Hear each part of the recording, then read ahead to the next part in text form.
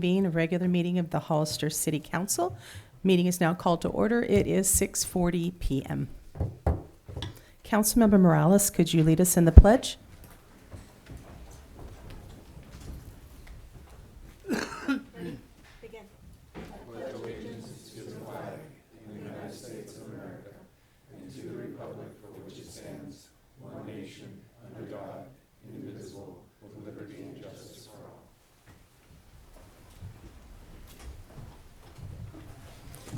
City Attorney, is there any reportable action from closed session? Nothing to report, Mayor and Council. Okay. Before we go to public input, I just want to read a quick script here. I need to address the manner and decorum of our meetings and issue a warning in this regard. Meetings must be in an orderly and efficient manner without willful disruption so that the business of the city can be conducted. While the council is more than willing to listen to comments from the public, it must be done at the appropriate time and should be done up at the podium with the microphone so that your words can be heard and recorded properly as part of the meeting. There cannot be interruptions when council members are speaking or audience members calling names, chanting, or yelling out. If you do so, a warning will be issued to you, and if behavior continues, you might be asked to leave the chambers. If there is too much disruption from members of the audience, depending on severity, it may be necessary to call a recess, clear chambers, or even cancel the meeting. I'd like to ask for your courtesy and cooperation in this regard, so it won't be necessary to take any of these steps. Thank you. So this is the time for anyone in the audience to speak on any item not on the agenda and within the subject matter jurisdiction of the council. Speaker cards are available in the lobby and are to be completed and given to the city clerk before speaking. When the city clerk calls your name, please come to the podium, state your name and city for the record, and speak to the city council. If you're joining us via Zoom, please click on the bottom of your screen to raise your hand. And if you're joining via Zoom using a cell phone, please press *9. Each speaker will be limited to 3 minutes with a maximum of 30 minutes per subject. Please note, state law prohibits the city council from discussing or taking action on any items that are not on the agenda. City clerk, do we have public comment? Yes, Mayor Casey, we currently have four public comments. The first one is Emmanuel Bueno, followed by Selena Stoddard.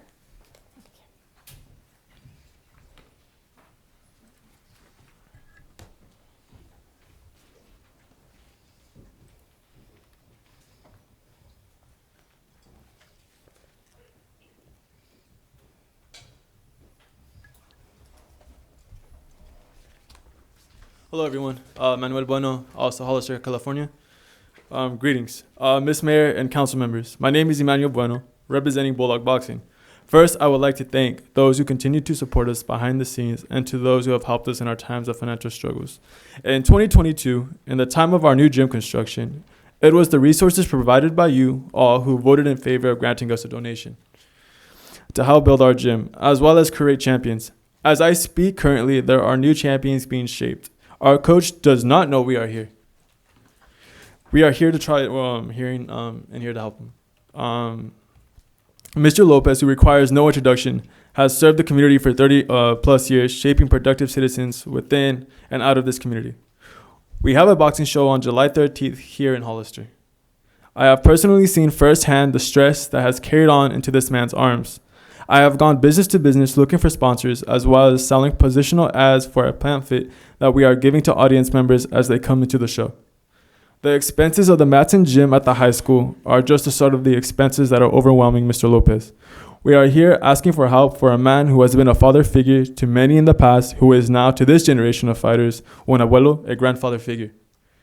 Besides me are just a few of the champions to come out of our gym. Our coach has done a lot for us, and now we are here trying to help him. We hope you can help us and make it just a little easier for our program as well as our coach. Thank you for hearing our words. We thank the mayor and the council for your time. Thank you. The next public speaker is Selena Stottler, followed by Susan Hilden.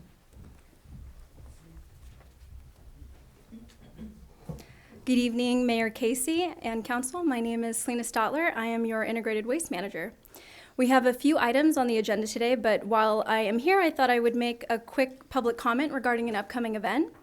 This Saturday, February 10th, from 9 a.m. to 12 p.m., we are operating a designated pickup site for litter cleanup supplies to the community. Staff will be stationed at 2301 Technology Parkway in Hollister, and we will be offering trash grabbers, gloves, trash bags, and vests to the community for day use. We encourage attendees to clean up a safe location of their choice, such as a city park or neighborhood. These supplies are actually offered via renting free of charge all year round, so this is a means to promote that ongoing program as well. We would like to invite you and the greater community to this event and further help beautify San Benito County. I've printed a flyer, so I'll provide this to the clerk and hope this can be distributed to the council. Thank you. Thank you. The next public speaker is Susan Hilden, followed by Victor Gomez.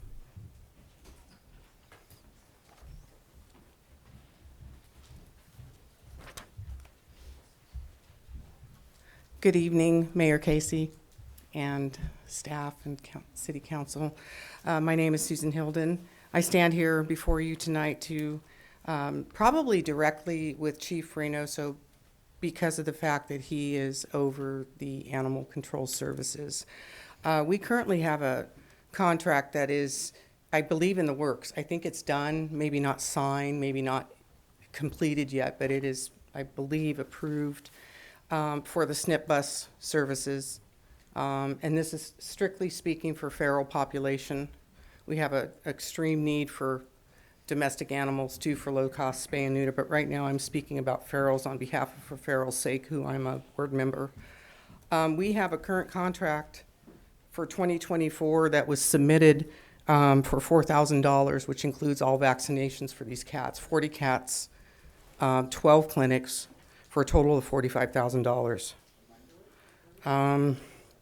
I understand, Chief, that the contract was pushed back to last year's pricing of $37.50. Last year's pricing of $37.50 included the vaccinations that were standard, rabies, FERCP. If that's the case, I'm here tonight to discuss with all of you the implications of 40 cats being spayed and neutered in this community with the hard work of trappers and us missing a rabies vaccination, which in the own words of your animal control officers is required in this county. So I did the calculations from 2023 to 2024. Melanie Scherer, who is the founder and originator of SNP, from 2023 at $37.50 to 2024 at $4,000 is a 6.7% increase. That is a one-man operating theater. It comes in, sometimes 2 vets, a full technical staff, spays and neuters 40 ferals, and gives them their vaccinations. $4,000. So right now we are without vaccinations when this contract starts. It's not acceptable. It's not acceptable by terms of your own Hollister Animal Care Services.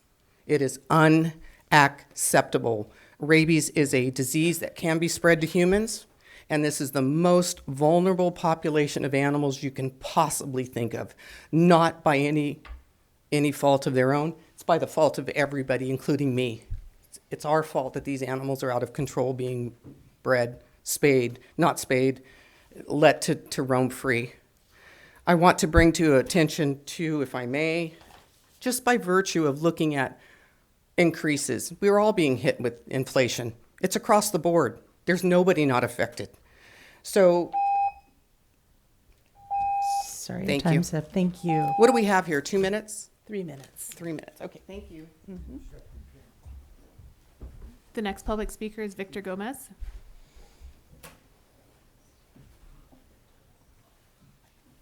Honorable Mayor Casey, members of the council, this is Victor Gomez.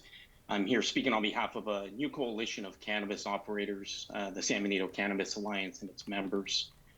First, we're happy to see more renewals on tonight's consent agenda. Happy to see these operators continue to operate in Hollister. But the reason I'm here speaking with you is the Cannabis Alliance was formed to advocate for sound policies at the local level and to advocate for a strong legal cannabis market. A few of our members that are currently legally licensed operators in the city are very concerned about the city's cannabis program and the ordinance. And we would like to request a partnership with the city in the form of either a council ad hoc committee that includes 2 council members, staff, and the alliance, or to start maybe staff and alliance-based committee that can bring to you some recommended changes to the cannabis program that the city council could consider. As you're aware, the cannabis black market is thriving and undercutting legal operations like those members of this alliance. Even with the potential or threat of fentanyl tainted cannabis, that is still happening.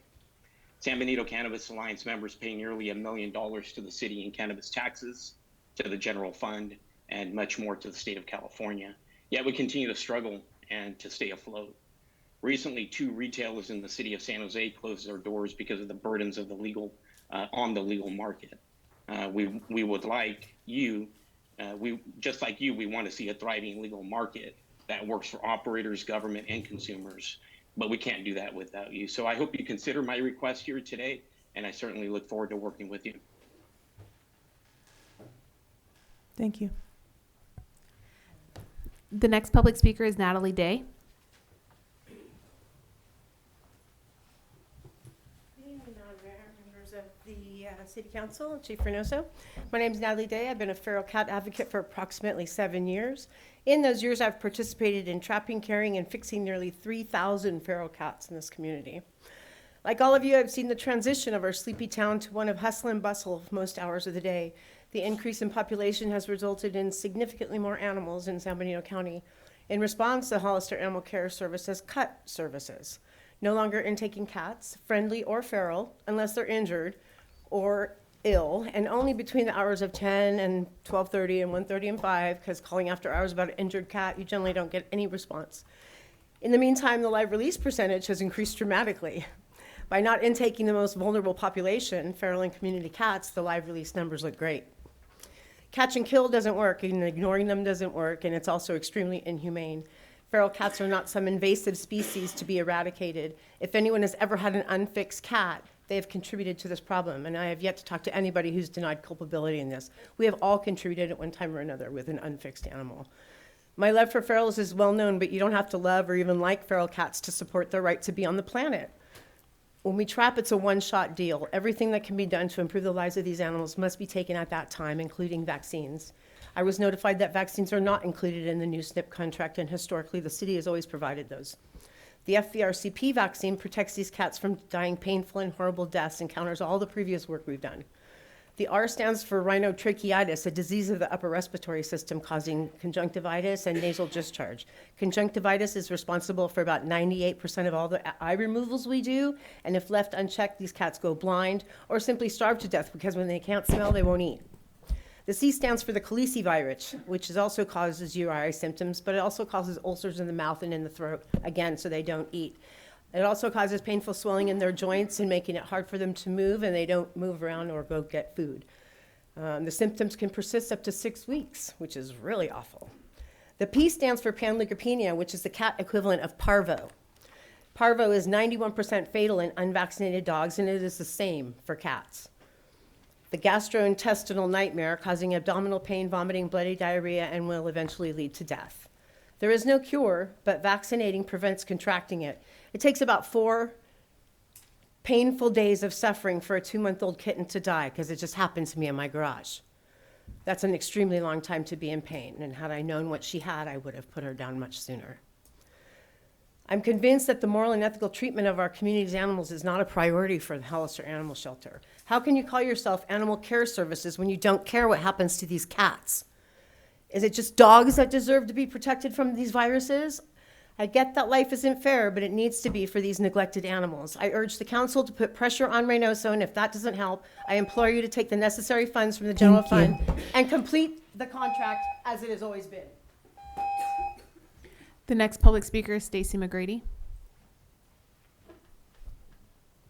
Thank you so much. I appreciate the opportunity to speak. I live in the county area where we also have plenty of feral cats and litters of dogs that are being dumped on a regular basis.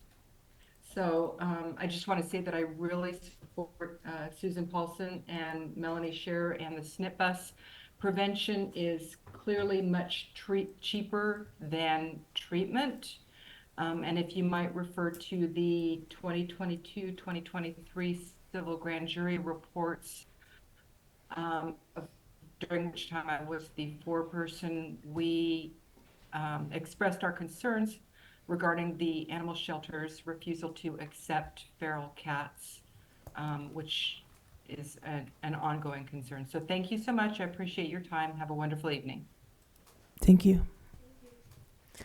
Those are all the public speakers we have. Okay. Let's move on to the consent agenda. Do any members of the council have any brief questions or comments on any of the items in consent? Do you have a quick question, or Councilmember Just on Price? A3, I just would like to pull that to make comments on that. Which item was that? A3, 3? correct. Okay.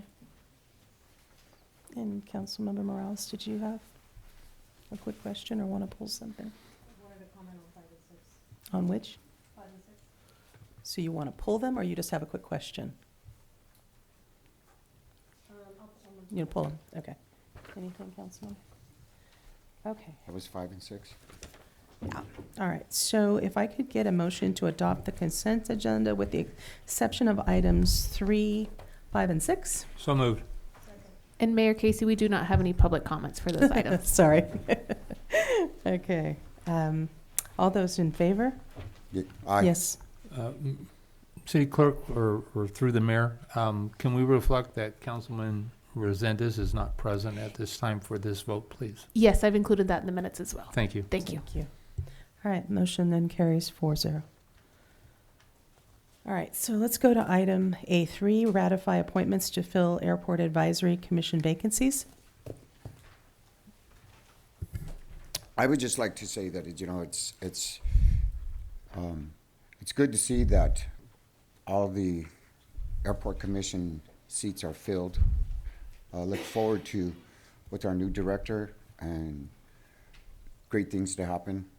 And congratulations, Andres. Okay. Do any other comments, or do we need to review then? We're just go ahead and take a vote. Is that it? Okay. Can I get a motion to approve the appointments? So moved. All right, all those in favor? Aye. Aye. Okay, 4-0. Let's move on to item 5. It's resolution number 2024-5, a resolution of the City Council of the City of Hollister renewing a regulatory permit for Hollister Holistics to operate a cannabis cultivation facility at 1802 Shelton Drive.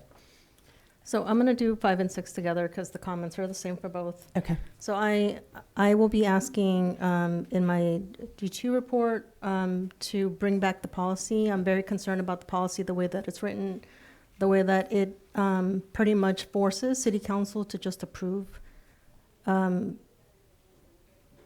operations of cannabis. And so I will be asking for later on for a deeper dive that includes bringing back the policy. And there will be plenty of time. So not very happy in which, we are just provided not a lot of information, but the policy is not written in a way that we can actually do a deep dive analysis. So those were my comments for 5 and 6.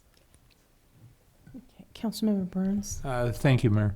So I would mirror the Vice Mayor's comments as well. Oh, I'm sorry, the former Vice Mayor's comments, Councilmember Morales' comments, and it did come up in public comment about a cannabis ad hoc committee.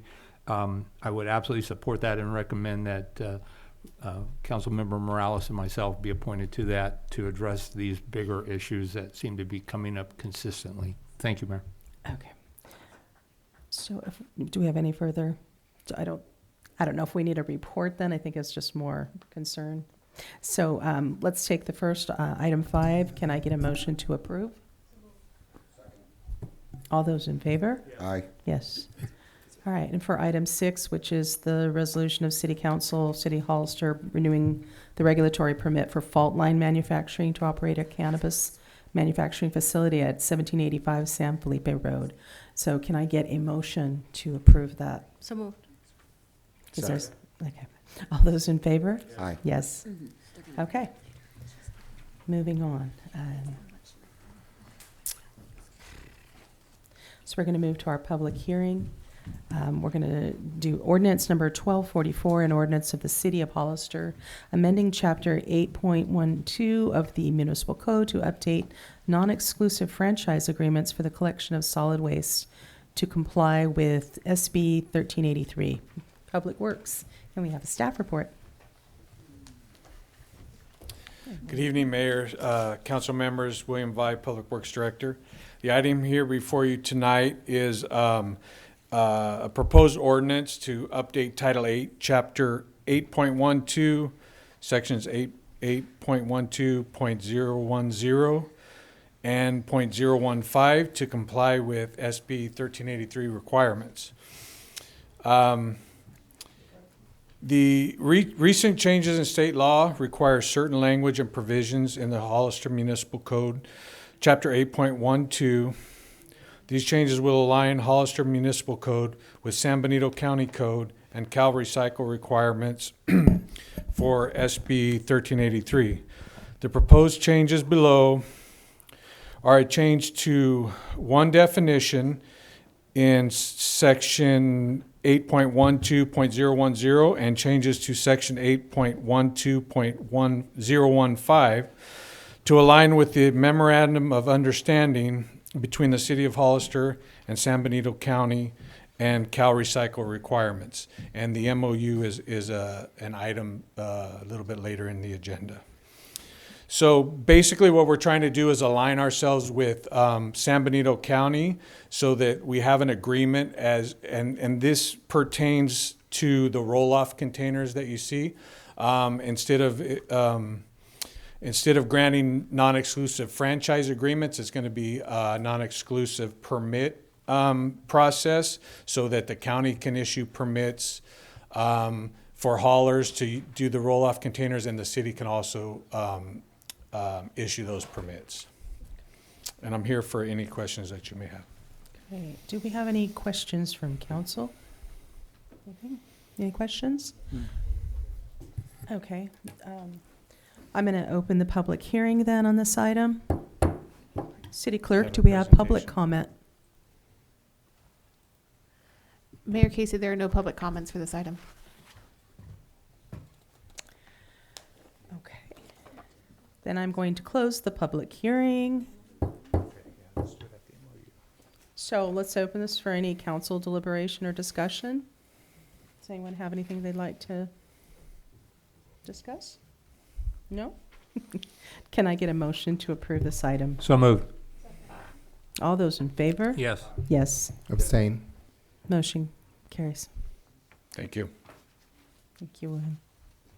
All right, moving on to ordinance number 1245, an ordinance of the City of Hollister, amending the City of Hollister Municipal Code, Section 2.04.180, manner of addressing City Council, time limit of Chapter 2.04, City Council of Title II, Administration and Personnel.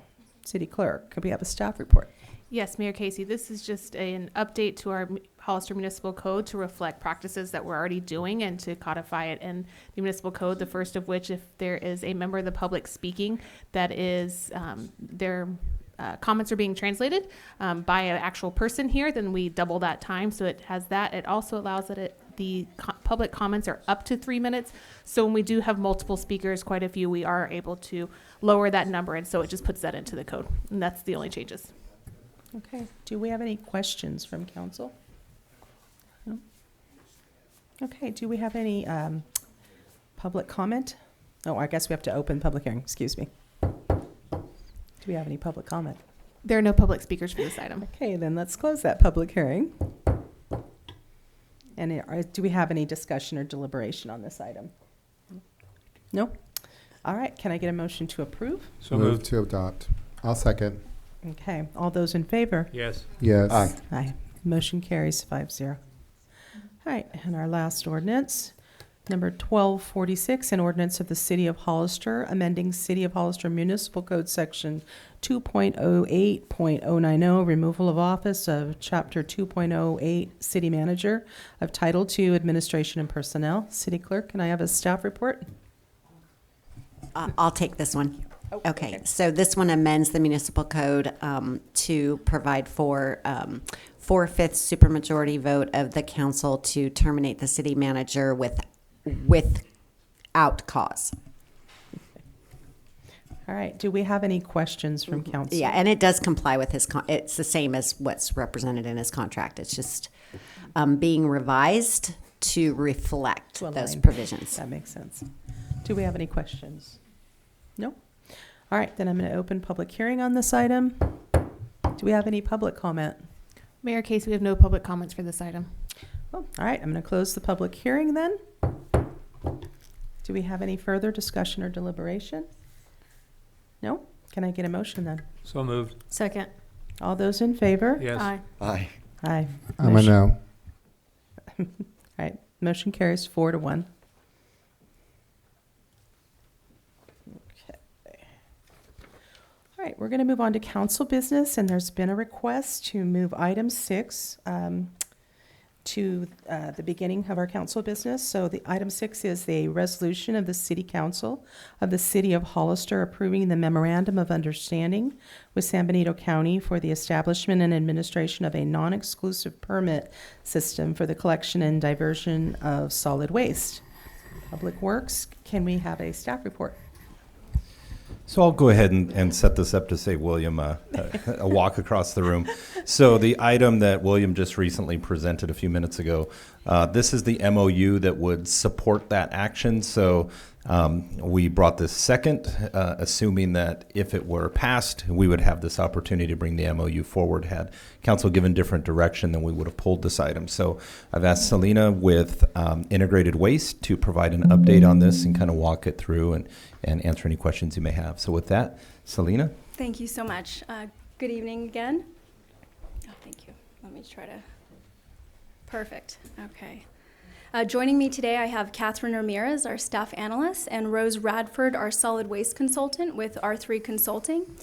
For today's discussion, separate from the public hearing that we had today, but in relation to, we are going to be sharing a little bit about the non-exclusive hauling permit system that we're proposing and a little bit about the current agreement system we have. And this is all in relation to solid waste collection in order to assist the Integrated Waste Management Regional Agency with mandatory state reporting requirements through a permit system. Before we take a dive into this permit system, we recognize there's likely a need for some background on integrated waste because I think it's been over a year since we last presented to the council. So who is Integrated Waste? We are a division within the County of San Benito's Resource Management Agency, and we're furthermore a regional agency under the 1995 Joint Powers Agreement between the cities of Hollister and San Juan Bautista and the County of San Benito.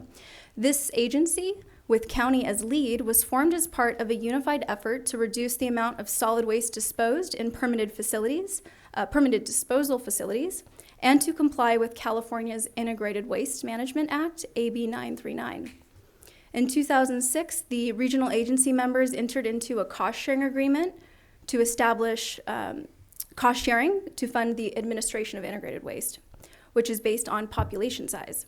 And this agreement further established the Integrated Waste Local Task Force, which acts as an advisory committee reviewing quarterly expenditures, annual budget, and Councilmember Rick Perez is the delegate to this committee, and Councilmember Dolores Morales is the alternate. And with that background history, I'm going to now pass it off to Catherine. Thank you. Good evening, Council and Mayor.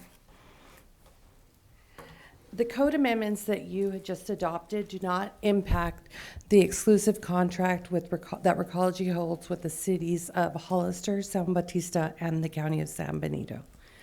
Instead, the NEFA, which is non-exclusive franchise agreement, is a competitive program that grants haulers the non-exclusive right to collect solid waste in temporary roll-off debris box service within the city limits.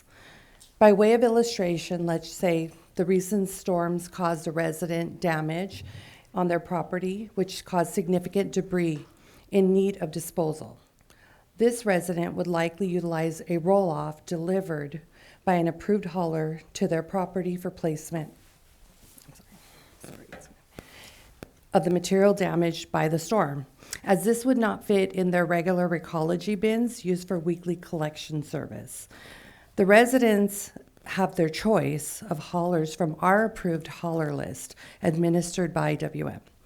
All approved haulers have agreements with the county, and these agreements require the haulers to pay the city a franchise fee based on total gross revenue of the service provided, and Hollister's fee is 5%. The current NEFA process between the county and cities to monitor hauler solid waste collection has been in effect for several decades without revision. Our goal with these code revisions and MOU between the regional agency members is to formalize our relationship and to streamline the overall process for staff and for the haulers. These revisions will further our compliance with AB 939 and newer SB 1383 regulations and reporting requirements. We're going to skip over this unless anybody has any questions at the end. And then, who needs NEFA? Any solid waste hauler that collects solid waste, recyclables, organic materials, and/or construction and demolition materials in San Benito County, Hollister, and San Bautista need to have a NEFA. As mentioned, there are current monthly reporting requirements and payments that need to be made from the haulers. And IWM reviews the monthly reports and administers applicable payments to the cities. Currently, we do have a rule exemption for SB 1383, and it's slated to expire in December of 2026. The proposed permit language anticipates these changes, and there are also existing reporting requirements outside of SB 1383 that are required now for all 3 jurisdictions, and through this permit system, we will be better equipped to report on behalf of all of the agencies. I'm going to hand this off to Rose. All right, good evening. It's my pleasure to be here today. I'm Rose Radford with R3 Consulting, and I'm the consultant for IWM, which is your Joint Powers Authority. So again, tonight you're just looking at the memorandum of understanding between you and the county, authorizing the county to administer this new permit system. And as Catherine mentioned, this is a formalization of the existing process, and again, affects only the debris boxes that are distributed within your jurisdiction. What we are looking at is a significant overhaul on the existing NEFA system and replacing that with a more modern permit that facilitates compliance with the state's requirements, particularly in unincorporated county, including standardization of the containers themselves and improving the reporting that is provided by the haulers, which IWM needs to meet the state's reporting requirements. And I think with that, I'm going to hand that back to Selena. I think we're almost wrapped up about here. Oh, never mind. My apologies. Okay. Then we have, okay. The effort to move away from an agreement and towards a permitting process has been evolving since the beginning of 2022 to the present. During this period, we have updated the local task force at 5 of their meetings through presentations and have sought their input and direction. We recently sat down with your city manager and legal counsel to get their input on the MOU, code revisions, and the draft permit. In December, we sent a letter and an email to all approved haulers of the anticipated changes and invited them to attend the December 14th LTF meeting to learn more about the changes and also for them to have an opportunity to provide public comment. At the December meeting, the LTF provided direction to staff to move forward with a recommendation to the cities and county to bring forward the MOU and the ordinance changes. In February, we sent out another letter to haulers and invited them to this city council meeting so that they may have an opportunity to hear what we have brought before you this evening and to provide public comment. And so with the next steps that we have is tonight, this meeting, and then we hope to come back on February 20th for a second public hearing. And then we will be providing haulers in March with workshops and making sure that we sit down with them until they understand this whole process so that it can be successful for them. And we are hoping that the new hauling permit will go into effect on July 1st of 2024. I'll hand this over to Selena. Okay, and that wraps up our presentation. We are recommending that the council adopt the memorandum of understanding between the Integrated Waste Management Regional Agency members for the establishment of this hauling permit system. And thank you for your consideration. I'm happy to take any questions as well. Sure. Do we have any questions from council? Councilmember Burns. Thank you, Mayor. So you mentioned in your presentation that at least on one occasion you reached out to the haulers to come and meet with you as staff to discuss this process. But what you didn't say is how many actually showed up. None. We've received one call from RJR Recycling, a local hauler here in town, about inquiries related to these changes. And most haulers are, if not all, are familiar with these because this is state required. Right, that was going to be my next question. And so I just want to make sure that everybody recognizes good faith effort has been made to reach out. But again, this isn't breaking news. This is something probably many other counties are already doing. And if they're doing work in Santa Clara County, Monterey County, they're probably familiar with it, I presume. Yes. Thank you. That's all I had, Mayor. Any other questions? Do we have any public comment? Mayor Casey, we have no public comments for this item. Okay. Is there any further discussion or deliberation? No? Can I get a motion to approve this item? So moved. Second. All those in favor? Aye. Yes. Yes. Yes. All right, motion carries 5-0. So we're going to go back to item 1. A resolution number 2024-13, resolution of City Council of the City of Hollister naming a park bench at the Jerry Gabe Park as Sandy Gabe dedicated 2024. Yeah. Tina, before you begin, Paul, if I could ask on item C2, we do have a few photos that are part of the packet. If we could throw those up, I'm sure Tina would be helpful as part of her discussion tonight. Thank you. Good evening, Mayor Casey and Council. The City Council of the City of Hollister, through resolution number 2021-106, adopted on June 7th, 2021, established a policy for naming and renaming the city parks, recreation facilities, and special features that align with our community's interest and enhance the values and heritage of Hollister. During a Parks and Recreation Commission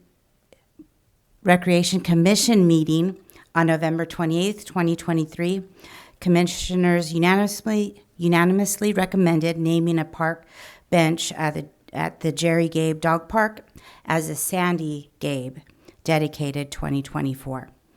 Public notice was issued at the park, on social media, and at the Pauline Valdivia Memorial Center, Community Center to inform residents about the proposed bench name. This policy ensures no financial impact on the city, as all costs related to the signage installation and replacement will be covered by the sponsoring individual.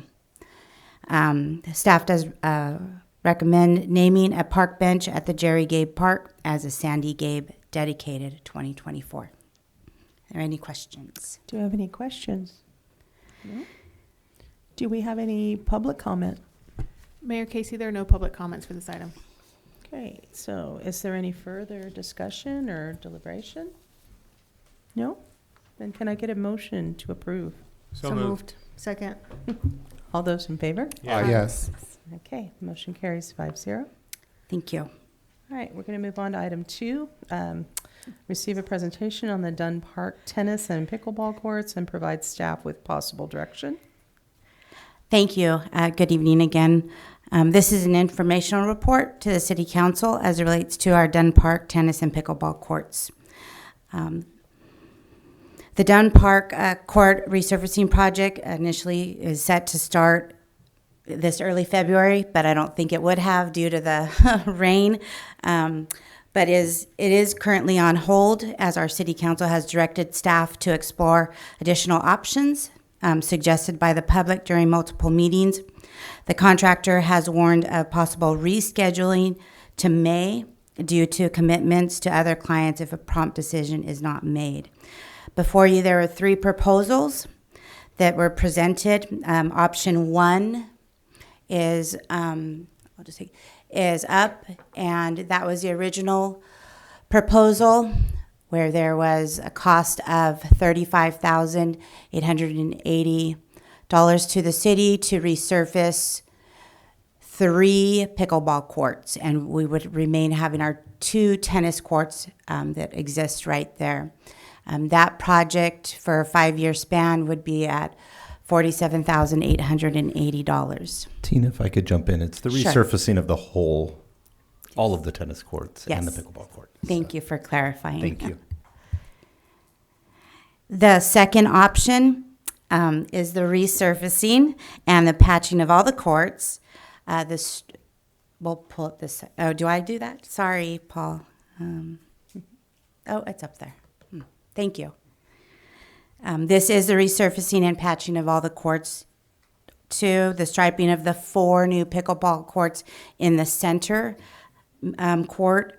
And that would be installation of the nets and posts. And that total project for the resurfacing and the 4 pickleball courts would be $59,173. And then the total project cost would be $72,873 for a 5-year span. And then we have option 3, and this is the resurfacing of all the courts, the striping of 7 pickleball courts, which has 1 tennis court. The total cost is at $59,830. with a total 5-year span of $75,030. Before the COVID-19 pandemic, the Parks and Recreation Department provided a USDA-supported tennis program for around 100 of our youth. This was a free program to them. I just want to let our council know that when we develop the Fire Station 2 park, there are 4 pickleball courts that are a part of that grant and that we will build out there. Staff is seeking direction from the council regarding the Dunn Park court project. All right, do we have questions? Councilmember Resendez? Thank you, Tina. I think you did answer my questions. Number 1 was going to be, are we building any other pickleball courts? And you said that we are at the firehouse. And then is there any other pickleball courts that are available for the community to access here that you know of? Not currently. I know that the high school is working on creating some options as well. Okay, and then just remind me, because my memory is a little foggy, we already heard this item and we selected a option, right? Which one was it?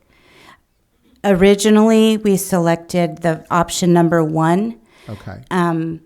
And then that evening, the community came forward and said we have another option. We'd like to add the 4th court on the left, well, my left-hand side, so the west side of the park. I mean the courts. I'm sorry. They wanted to put a 4th pickleball court in there, and that was we received that quote. And that quote was the same as option number 2, the $59,173. So which option did we settle on? I'm confused. The first one is what it was originally approved. All right. So I can jump in a little bit. So we had brought an item forward. We had received basically direction. We had some outreach from the community that came in. We were given direction to look at the second option. As we were doing that, before the second option came back to council, or when we came back, then there was a request so it went from 3, which was original, to 4, then 7, which would then, if that final option that we were asked to explore were to be approved, then you would only have one functioning tennis court at Dunn Park. You would have, in the place of the two original other courts, you would have a court that has 3 pickleball courts and a court and one of the courts that has 4 for a total of 7. The pickleball community did come in. They made quite a few public comments. I think that's what, lended the council to give us direction. If there was the desire to give direction for option 3, it is staff's recommendation to at least give the tennis community the opportunity to opine. That wasn't a formal process. They just came in, made some comments, and we got, asked to do some further exploration. So I would think that if we were to go on the third option that would now remove one of the tennis courts, we would probably seek direction to at least engage with the tennis community. And then if I heard your presentation correct, thank you, Mr. City Manager, we might be pushing this back even further because of, what was the rationale behind that? I'm sorry. Our contractor has mentioned that if a decision, isn't made, then we would have to push this back to May, just because they have other projects that they have to work. And then we would essentially lose our place in line. Is that Yes. the reason? Okay. Thank you so much. Appreciate it. Councilmember Burns. Thank you, Mayor. So, thank you. The next round of pickleball courts, is that going to be at Cesar Chavez Park? Yes, it is. And when is that scheduled to open? We have a timeline of November 2025. Okay, so year and a half? Yes. Yeah, so a while. And so, do we know how often the tennis courts at Dunn Park have been used historically? I mean, I understand that a lot of this evolved post-COVID, but I certainly agree with the city manager about hearing from the tennis community. But on the other hand, do we even have a sense for how often they're used? We visit the park frequently out there, and in the morning time, you'll see a lot of the pickleball players playing. But towards the afternoon and the evening time, there are some the tennis community comes out and plays. Okay, so they don't have to. It's just first come, first serve. Yes. There's no reserving a court in advance. Okay, Yes. And so, is there a possibility to create some sort of an agreement with the high school? My understanding is the high school's got some pretty nice tennis courts as well. Yeah, they would have to make some improvements, and I believe that's something that they're looking at. Right now, most of the courts are, before they did the upgrades, that we were under a joint use agreement with them. Since the post-construction, that is not in place, but I think that there is a strong possibility of us putting that in place. Okay. They would just have to, like us, tweak the courts and then do a little bit of lighting and a way to get in and out, right. That type of thing. So. Right. So, and then that's my final question. Thank you, City Manager. It seems to me the last time the pickleball community was present to lobby this council, they also mentioned some lighting. I didn't see any lighting on any of these options. Was that factored into this or considered, or is this just during the daylight hours? We've considered it, and we're working on quotes at this time. Okay. Yeah, this is a different provider, so this is this is for the contractor. Okay. So we're looking at that simultaneously. So, I think regardless, we've got to get the lights fixed out there. Right, We're exploring right, that. and so, but by repairing the lights, I mean, I couldn't agree more with you. I mean, why wouldn't we? When the lights get repaired, would that have any impact on this project, or is that not going to complicate things? I don't think it would have an impact on the project. Okay. Those are all my questions for now. I have thoughts that I'll share later. Thank you, Mayor. Any other questions, Councilmember Press? So I guess it's more of a comment. Well, we'll do that after public comment. Yeah. But so both comments. Councilmember Morales, questions? Can you please remind me, thank you, Tina, for the report. Can you please remind me where this money's coming from? Is it coming from a specialized account or? Our park dedication fees. Okay, thank you. That's all. You're welcome. And the only question I have for you is between the options. So in option 1, you're just restriping basically, right? Repaving, restriping. But option 2 there's 4 courts there instead of 3, which would give an additional court, but why do we have to do the nets and all that additional work? Why was that included on the second option? Because that added a lot, cost of pickleball nets, posts, but it wasn't on the first option. There was nothing about nets or posts. So what's the difference? In the first option, those are existing pickleball So they already have, you're just and they have repainting. all the equipment. Okay, I Mhm. understand. Yes. Thank you. You have another question? Yes. Okay. So I was reading on the description of the difference between 1, 2, and 3. Are they all going to be resurfaced and all the cracks are going to be sealed? Because it only said it on 2. Oh, really? No, it's the So- project first begins with resurfacing all courts, the whole court. I guess I just call it as one big, the courts. But yes, it'll include all Yeah, of that. regardless of the option, we looked at surfacing the whole thing and then annual maintenance. I just have one more question for you, City Manager. When we were talking before, you mentioned something about going over a certain amount. Does that ring a bell? If we go to another option, was there some issue there? or Well, no? with option 2 and 3, you get in that'll push us slightly over the CUPCO requirements, and so there's some additional work that we'll have to do on our end with some Okay. soliciting additional bids and whatnot. Okay. So that might push out and not be able to do anything right now. It would push it out to at least May, maybe longer, to do the option 2 or 3. Yes, it could potentially push it out further than May. Okay, gotcha. Do we have then any public comment? Mayor Casey, there's no public comments for this item. Okay, so let's bring it back for deliberation. Councilmember Resendez. Thank you. I think I'm going to go ahead and just stick to what we decided in the beginning. I think it was option 1 for a number of reasons. It sounds like Cesar Chavez Park is going to have how many pickleball courts? 4. All there. of them are going to be pickleball, Yes. so nothing for tennis players. And it sounds like the high school is considering converting some of their tennis courts into pickleball. So what I'm afraid of, I'll be quite honest with you, Tina, is that we convert all of these to pickle. We're going to have more pickle out there, and then they get lobbied at the high school, which is not in our jurisdiction, and they're going to have more pickle. Then where are our tennis players going to go? We have to maintain the balance here, and it seems like I'm just going to stick with the first option for now. Get the whole thing resurfaced, get some pickleball courts there, some at Cesar Chavez, and then hopefully some at the high school. Thank you. Councilmember Burns. Thank you, Mayor. I must have not been paying attention. I did not hear that the high school was going to convert courts to pickleball courts. Did I hear that? They're exploring that. They're exploring it, but there's no confirmation that that's in fact going to happen. Yeah, I don't want to speak Okay. that solidly, but Right. I would Right. strongly feel that will be coming. Okay.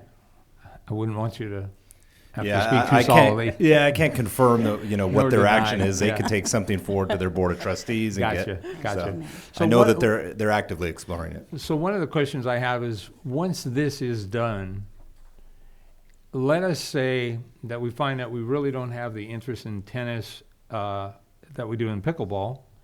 One of the things that's nice about this particular park is it's very centrally located. This is really a signature park, as I view it, for the city of Hollister.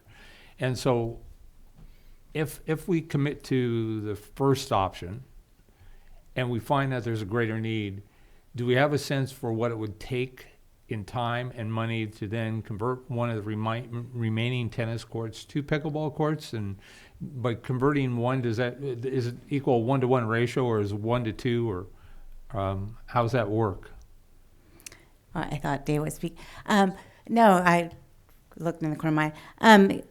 It could be a possibility if that is the need. When we added the 3 pickleball courts initially, it was around a $12,000 project, but I think that that would increase just due to inflation.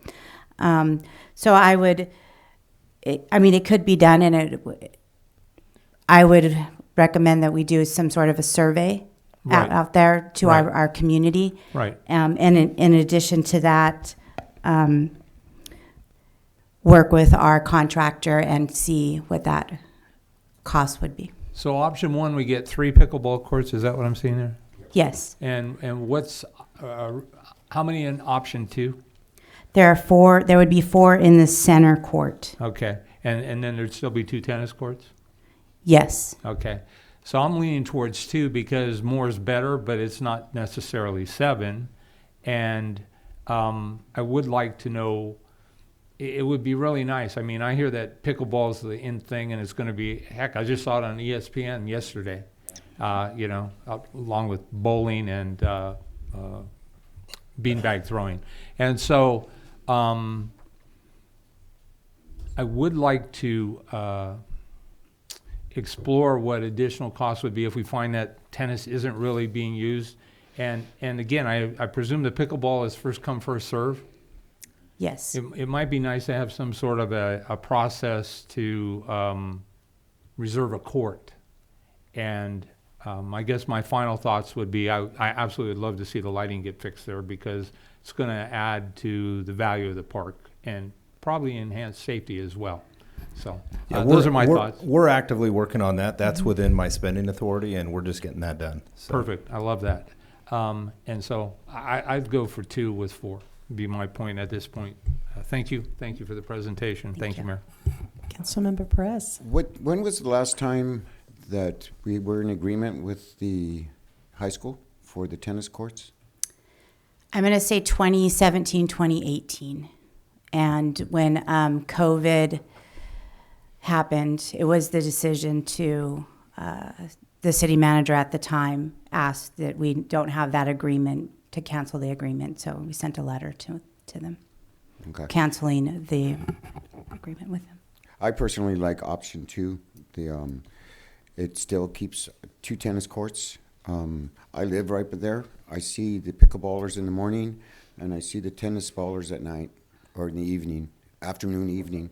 And I see a combined use, and I think two courts of tennis and 4 courts of pickleball is appropriate, and plus the added ones around the city. So that's. Councilmember Morales. So I just want to make sure I understand. So if we do go with option 2, wasn't that going to then create delays? It could potentially create some delays if we exceed the 60,000. Yeah, there's just some additional work that needs to be done from the bidding standpoint. And we don't have any speakers on this item. I don't know how important it is. I'm not sure what was more important to our community, to have it immediately or to have delays if they have other options.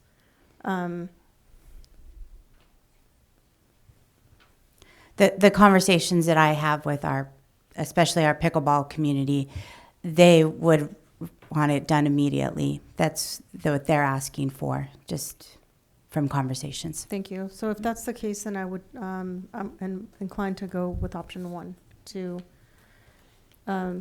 accommodate our community. Oh, let's see. So I like option 2. I don't like the delay. And remind me, Tina, when we were first talking about this, the repaving, was there a safety issue there with the courts, cracks and things, or is it still fairly smooth? I just was curious about that when we were first discussing the repaving. We've had reports of people being injured out in the court the way it exists currently. Yes. Yeah, especially having, more becoming so popular. So for that reason, I would probably go with option 1, especially if the community is wanting it sooner than later. As Councilmember Burns said, I think we could revisit if it becomes that popular that we need to do more. I think we can look back at it and maybe repave another court or restripe another court or whatever. But for now, this would preserve the 2 tennis courts and still give them a smooth surface quickly. So I would prefer option 1. Yes. You know what? There's people that are wanting their trees trimmed right away, but they have to wait. And I think it's safer either way, but to me it makes more sense. It just makes sense to have 4 courts instead of 3 there. That just makes sense. I mean, I see the use there. I don't know how often you guys go to Dunn Park, but Yeah, I don't, yeah. I too support the 4, and clearly we're outnumbered 3-2 here, and so it'll be 1. Having said that, though, could we reach out to, because I'm not convinced that to do 4 versus 3 is it doesn't look like this isn't rocket science. I'm sure it's more complicated than it appears, but at the end of the day, if we've already contracted with a contractor, we're on their calendar, really it seems to be a scheduling issue. And so if they can do 4 in the same time frame, I mean, the bottom line is we're into winter right now anyway. I seriously doubt you're going to find people out there playing pickleball today. And so, again, I think what I'm hearing this council say is there's a greater concern for injury and being delayed. But really, if we're talking May and we're already in February, when were they scheduled to start this work? The beginning of February. The beginning of February. Yeah, right. It was supposed to start in October. That's when we brought this item to council. But we had delays there at that time due to the cold weather. So I asked, could we be first on in 2024? And they said absolutely. So we're the first of their project, but we've kind of put it on delay right now. I called and let them know that a decision hopefully will be made today, and that I would contact him and see how we can move forward. Right. So my question would be, why don't we ask the contractor if we opt for 4 courts? It seems to me the contractor is going to make more money on the deal, and the bottom line is, if they can do it at the same time frame, why wouldn't we do that? Would be my point. Could we let the city manager weigh in? I think there's. Yeah, just where the time challenge comes in is that, the original court, we got our quotes that we were supposed to get. As we get into the higher threshold, we're going to have to go back and get quotes for the additional work. There's not an assumption that the vendor that we were ready to go with may necessarily provide the lowest quote. So we would have to go through that process again, which why we do that. Today's the beginning of February, right? So that's where that comes in. It's not a tremendous amount of extra work, but they need to get us on a schedule because, they're scheduled out and they have their crew. That's where that piece comes in. So just want to be clear with that. Councilmember. And then if you can remind me, did we adopt a resolution authorizing for option 1? Or was it just to put it out to bid? At that time, when we first did the presentation, it was option 1 was this, and then the courts. I can't remember the. I'm just wondering because that material, the block. I can't think of the material that was used. Because then it's going to have to come back to another council meeting. It's a $24,000 difference.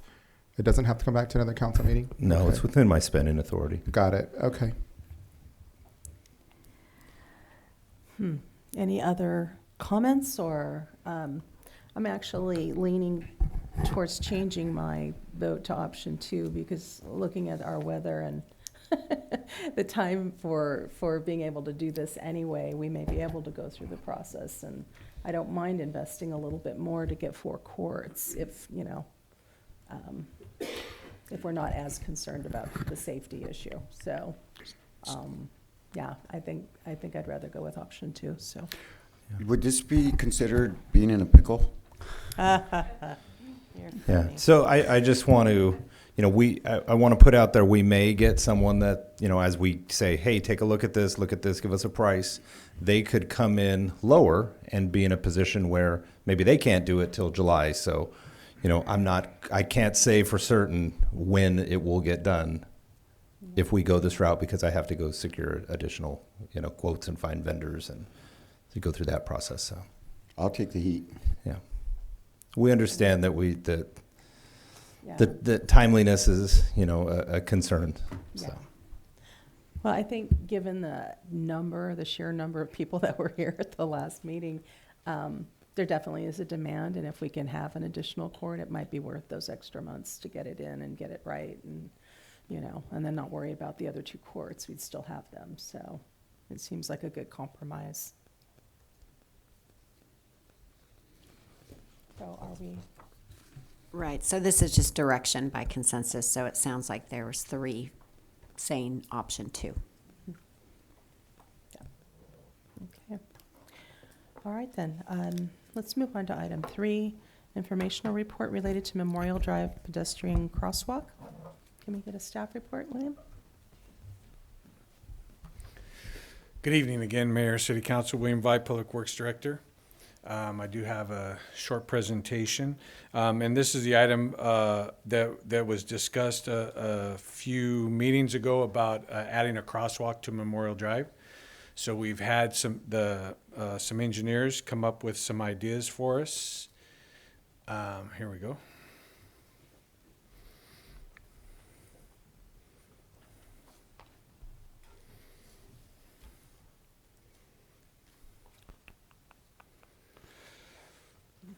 So we have 3 alternatives for you here tonight that we came up with. The first alternative number 1, aptly named, is what is called a road diet, which is currently Memorial Drive is 2 lanes in each direction with no center divide, except at the very end near Sunny Slope. The rest of it, all the way down to, I forget the name, I haven't been here very long, I can't remember all the names of the streets.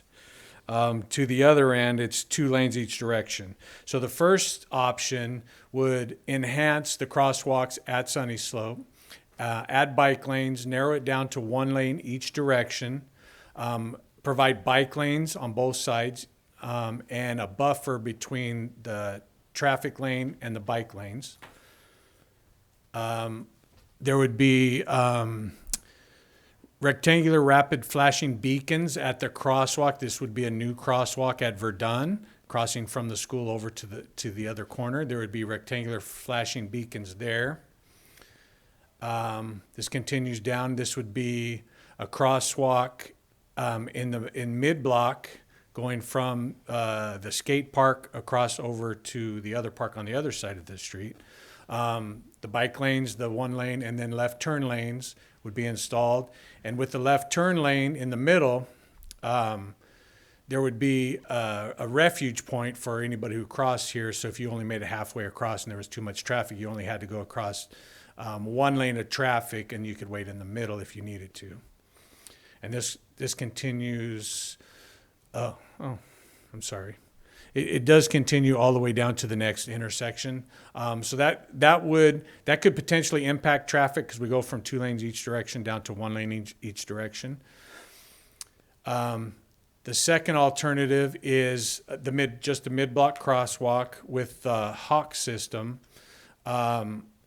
But there's no refuge. There's no refuge island in the middle. The Hawk system is flashes red, so the vehicles need to stop whether there's anybody in the crosswalk or not. And the alternative 2 is just that. And then alternative number 3 would be the Hawk system, but the crosswalk would be installed at Verdun across to Sunny Slope Elementary School, and then they would upgrade the crosswalk across Verdun also. So the stop line, if you were heading north on Memorial, you can see the little black line would be a stop line prior to that actual intersection. So the cars would have to stop behind that line, and then going south, they would have to stop on the other line on the other side. So that would be a buffer for the pedestrians to be able to cross. There's currently not a median strip there, but there's a space to put that refuge island in there because it's where the lanes go from having a left turn lane, so there's basically 5 lanes of traffic there, down to 4. So you can see how it narrows down, that the median narrows down there. So we could put in that refuge island there, and this is the recommendation of staff is to include this crosswalk. So William, if I could just jump in really quick. So that system, if you've driven in the last few years through Los Banos on Pacheco Pass Highway, right by the Sinclair gas station, they've actually got, one of these where you press the button and it gives you a red light, so it's safe and actually stops traffic. And with the concerns of a mid-block crosswalk, this adds a layer of security.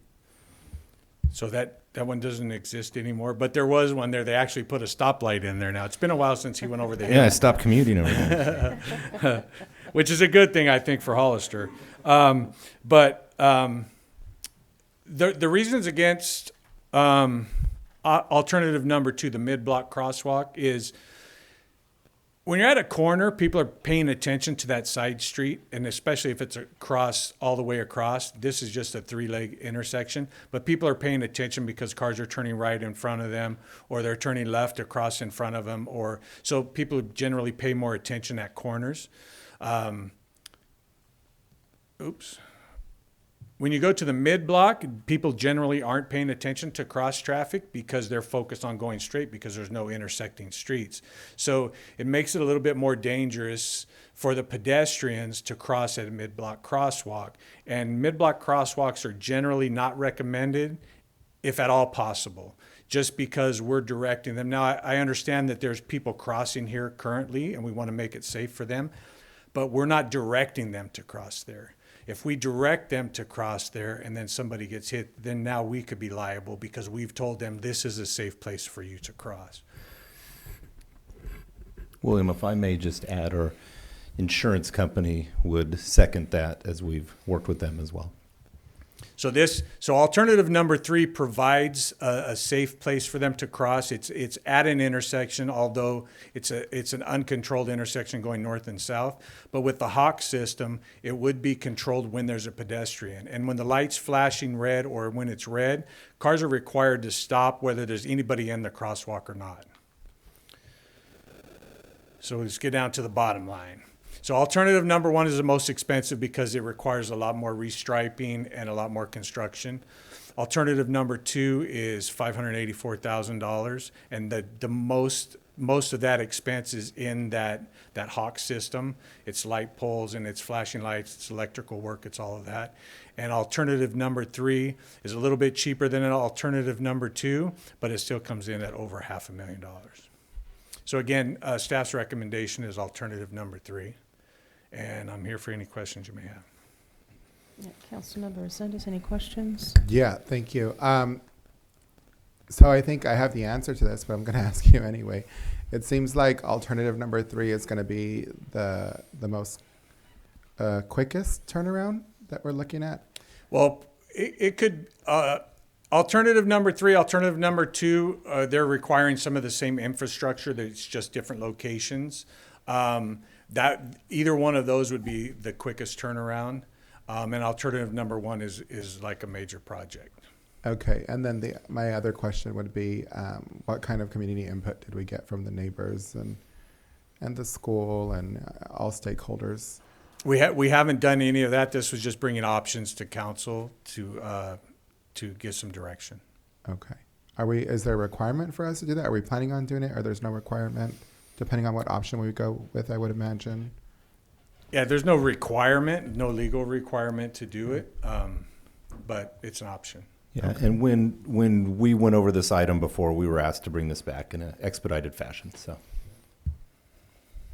Councilmember Burns, questions? Thank you, Mayor, and thank you. I truly appreciate it. This is one of my high priorities because we don't want to see anybody become a casualty that maybe we could prevent. And so, like Councilmember Resendez brought up, did we do a traffic study or a survey or anything? Because now I have to say I've lived in that area, that general area, for well over 20 years. I don't think I've ever really seen the need for 2 lanes each direction there. It may have been thoughtful planning when it was done, but it really seems like a 1 lane each direction would be more than adequate, the entire length of that road, to where it T-intersects and it actually pars down as you go further south. Having said that, I do think it would be important to talk with the administration at the school or the school district, because I can tell you coming down Sunny Slope at 2:30 in the afternoon, it's a bit crazy. It is 2 lanes in those areas, and there's a parking lane with red curb and green curb. And I do suspect when it's drop off and pickup time, it gets a little crazy around there. And I purposely go different directions to stay away. And I know that occasionally I see our motors they're actively enforcing the law, which I appreciate as well. But what I don't want to do is find us in a scenario like Lad Lane, where we've underreacted or overreacted. And I do think that community outreach is an important part of this.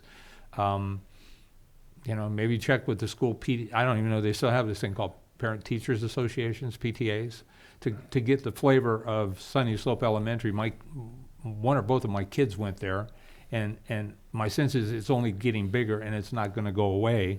And I assume that kids that are coming up off of the Santana Ranch are probably in elementary or heading to that school, or maybe Sierra Vista. And we've had engineering challenges with Sierra Vista as well. And so we know that there's more build-out coming in the award homes that are going up off of Fairview, and I don't know which elementary those kids are going to head to, but I'd really like to see a permanent solution to a permanent problem if we take no action. And so for me, it's got absolutely nothing to do with money. It's got everything to do with doing the right thing the first time. And if it takes a little bit longer, I have an appetite for that, because I'm looking for a permanent resolution on this. And so my natural inclination would be number one. But again, if we can do and get equal results with less cost and quicker, I could support that as well. Thank you, Mayor. I think there was a traffic study done for option number 2. 2 traffic studies. Yeah. As you may remember, we did have a larger project for this area back maybe just 10 months ago that there was studies done for that one as well, and then that one didn't go anywhere, and that was reducing it and kind of having the lane diets and the meandering lanes, the chicanes, yeah. chicanes and all of that. So I think that's where this alternative number 1 came from, is from that traffic study, right? Yes. Questions, Councilmember Perez? Councilmember Morales? Why don't we go to public comment if there is any? Yes, our first speaker is Michael Castro, to be followed by Clinton.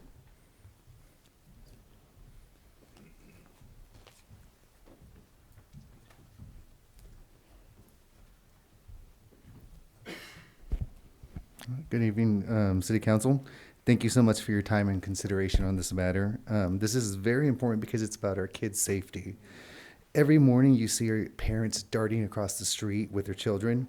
Kids have gotten seriously injured at this spot. We're reminded because every day I walk my daughter to class, she asks about the roadside memorial and asks me to explain what that is about. Parents walking their kids to school really is that hometown feeling that we love. And we really want to, preserve that because it's extremely important. I know something much more expansive was proposed back in March, but now we're asking really just for the bare minimum for this crosswalk. It's really just so our kids could walk across one Hollister's busiest street safely, and that's the whole idea behind it. I've reached out to several of you in the past, had some great conversations, and kind of address if there's any community input. Yes, I live in that area. All the neighbors, all of us have talked. We've spoken with David in the past about how important and how quickly this needs to be done. Because again, it's really not a matter of if a child's going to get hurt. It's when it's going to happen again. And there's proof of there on the side of the street that we all have to look at every day. So just really thank you so much for listening to this and considering it.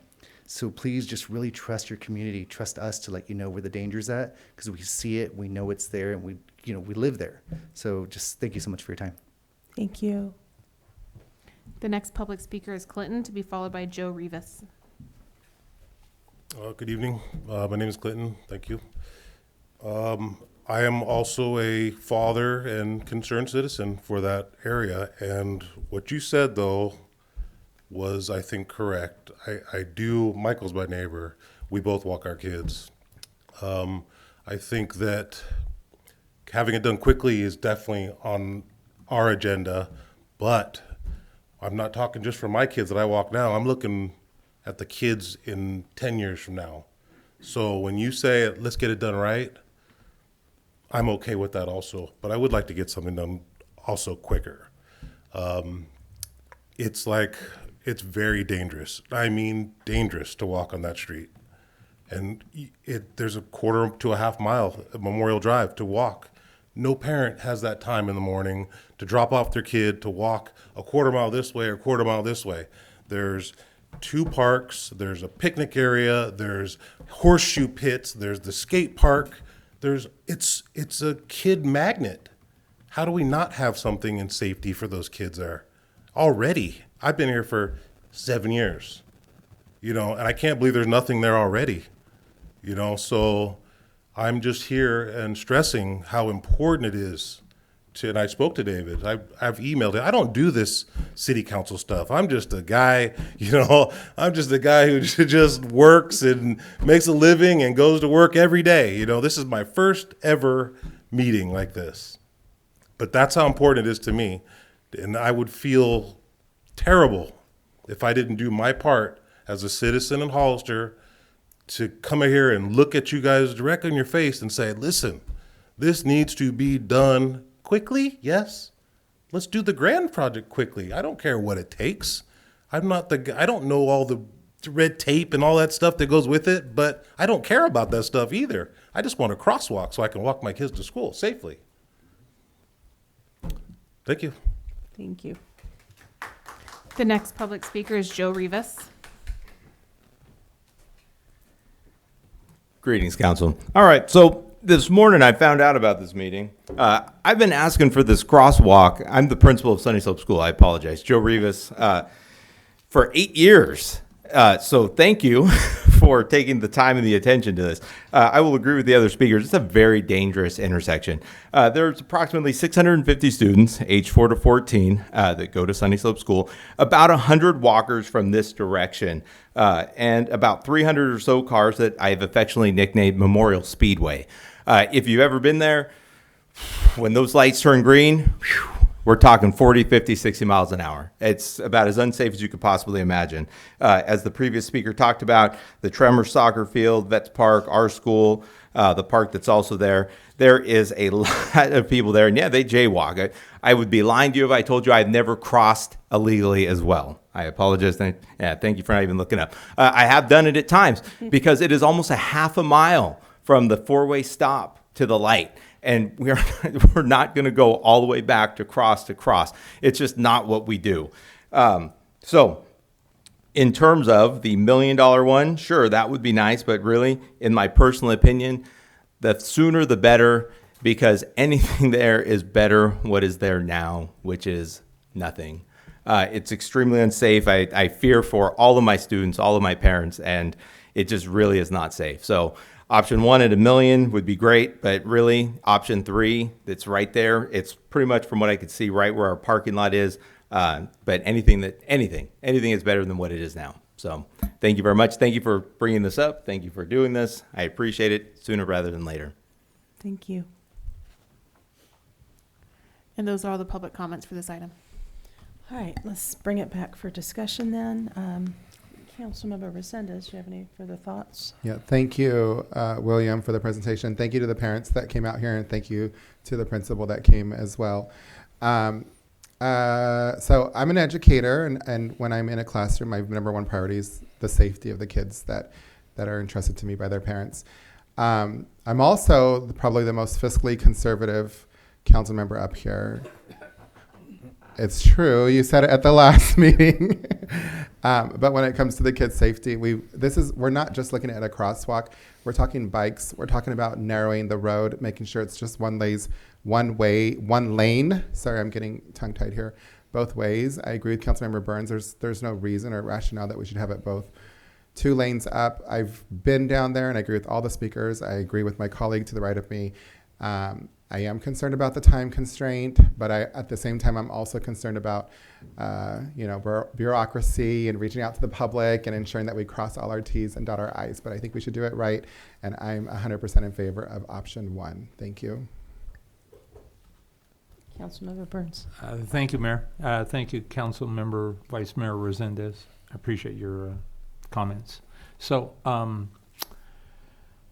I too lean towards 1, but I've also heard the principal and the members in the community that came up. I'm sure that if more outreach were done, this room would be filled beyond. If we got 650 students, last time I checked, that's about 1,300 parents, aunts, uncles, cousins, nephews, nieces. on and on. We could pack this place with this. And so what I'm wondering is, I still lean towards one, but I've heard what has been said. We need to do something soon, because what I haven't heard in the presentation is, if we opt for A or one, how long is that going to take versus 2 or 3? I mean, when I took my notes, I put 1 or 3, and frankly, I'm wondering if we can't do 1 and 3 and do 3 first. If one's going to take 18 months to get done, let's do something as soon as humanly possible, weather permitting. And then I would also ask that, I've heard the principal, he watches it every day. I'm sure he prays every day. And maybe we need to get enhanced law enforcement presence out there. I know I've driven down Sunny Slope, and I go extra slow because I see the little motorcycle officers sitting down there. So I know they're working it, but maybe we need to have more intense enforcement in that area as well. And so I don't know what the answer is, council, but 3 feels like it would be quicker, but 1 feels like it'd be more long range, because this school is only going to continue with that student count or more, I anticipate, just based on the growth on East Hollister that I'm appointed to represent. And so those are my thoughts, council. Councilmember Perez. I like alternative number 3. It fits. It's right there with the parking lot. It's at a corner. We just heard from staff about the midway crossing, how that's not very good. And as far as option number 1 with the bike lanes and stuff, I think that's right now the concern is the safety of this children getting to and from across that Memorial Drive. I think option number 3 is the best way to go for now. And if we need to bring it back to bring bike lanes in, then we need to bring it back. Councilmember Morales. No, so thank you for those of you that came to speak. We really heard you. So I'm leaning towards number 3, just to make sure we have something immediately. I would, however, like to see if we can have like a listening session. I don't know if the school is willing to host, kind of go to our community to hear and potentially present. If there were 2 traffic studies that were done, maybe we need to just revisit that and get more community input so that we can do it right, but at least have an immediate solution for the families that are dealing with this every day, and to make sure that it's actually agendized and we can bring it back. But after hearing the community and providing kind of like the outcomes or what our engineering department has found, so that we can make sure. What I don't want to happen is another Lad Lane situation.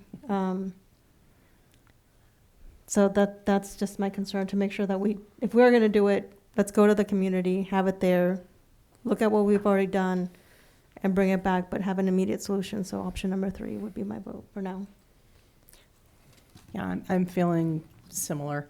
I have to confess that when I heard road diet, I got heartburn. Sorry. Lad Lane was kind of a mess for us. And so I absolutely would not want to do option 1 unless we had major input from the community and from the school. But option 3 would give us that safety that we need immediately. So I think pursuing that, and then if we want to have a listening session, future, look at bike lanes or other things and get a lot of community input and take our time with that and get it right, I'd be okay with that. But option 3 would be the quick solution for safety purposes, So just for a little clarification, so option number 1, for any of these options, probably the timeline is going to be controlled by getting those Hawk systems, the poles, the systems, the electrical.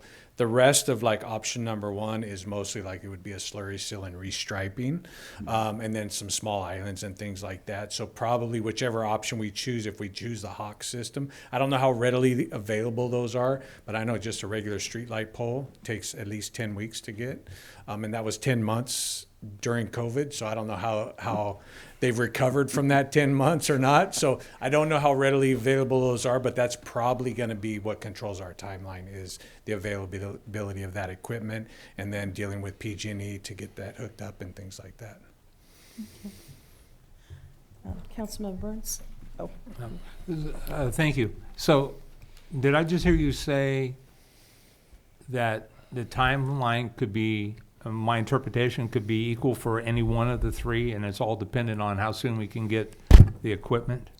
Yes. And do you have a time frame of no sooner than ballpark? Or I heard you reference 10 weeks, and that's just to get the stuff. That's like best case scenario. I would say 10 weeks. I have really no idea how long it would take to get those systems. But I would say it would probably take a year to get option number 1 done, because it has to all be designed. We have to go out to bid. We'd have to go out to bid for any of these because they're well above the limits of CUPCA. But I would say within a year is possible. Within a year. I just have to say that doesn't work for me. No way, no form, no way. What's a short-term solution to this existing problem that is a life safety factor involved? We can't just randomly position our police officers out there every morning. I don't think that's realistic. What temporary solutions can we use to slow traffic, even heaven forbid I say it, but speed bumps, to slow them down, to give these kids a fighting chance to get across the road? I mean, we do have that memorial out there. I walk that route for exercise frequently. And so I'm all too aware of what happened that led to that accident that was tragic.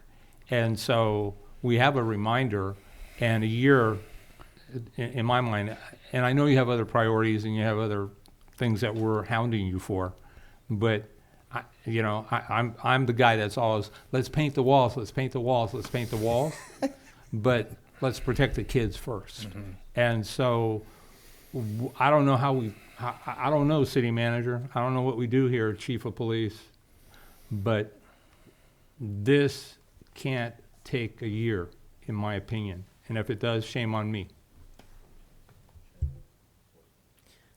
Councilmember Morales, did you have an additional?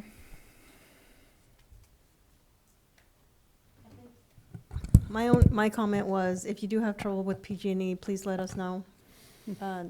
We have ways we can help with that. That's all I can say. So, Chief, did you have something to add? I just wanted to add, I concur with all the points that William brought up. It will take a year for that option 1 because it's out of our control, out of William's control of how long it will take. I know it is a dangerous area. There are areas to cross right now, and it's correct. Even the principal acknowledged people are jaywalking and doing that. But I think the quicker options are the other options that were provided. But at this point, it is something where even a crosswalk doesn't make it more. It makes it a little bit more safe, but if these kids are still going to be crossing, you could put the crosswalk there, and if they're not using the crosswalk, it's still going to be a dangerous situation. So it all comes down to how much time it's going to have to take. If you want something quicker, then I would recommend the other options. But I am familiar with the stoplight option that he provided. That is way better than just the flashing light. It's actually a red light, and traffic has to stop there. But that's going to take a long time. It would be a better solution, but it's a longer solution. So that's something the council's going to have to decide. Yes, Councilmember Morales. William, how long was option number 3? Was that a year as well? Well, I didn't get any construction estimates on time. We just have a cost proposal. And all I'm saying is what's likely the restrictor on it is the availability of those parts. Now, they may be readily available and we could order them tomorrow, but the project still has to be designed. And then we have to put together bid documents. We have to go out to bid. We have to award the contract. and then the contractor has to come and do the work. And I have our city attorney looking at what's within your authority to waive some of your own internal procurement. This would be subject to the project labor agreements that you just authorized. So the purchasing policies that you recently passed that took effect January 4th would apply to any of these options.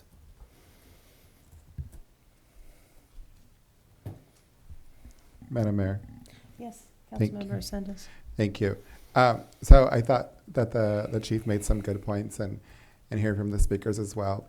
In order to change what's happening there, you can't just put a crosswalk there. You have to physically change the way that people are driving and the way that the kids are using the streets.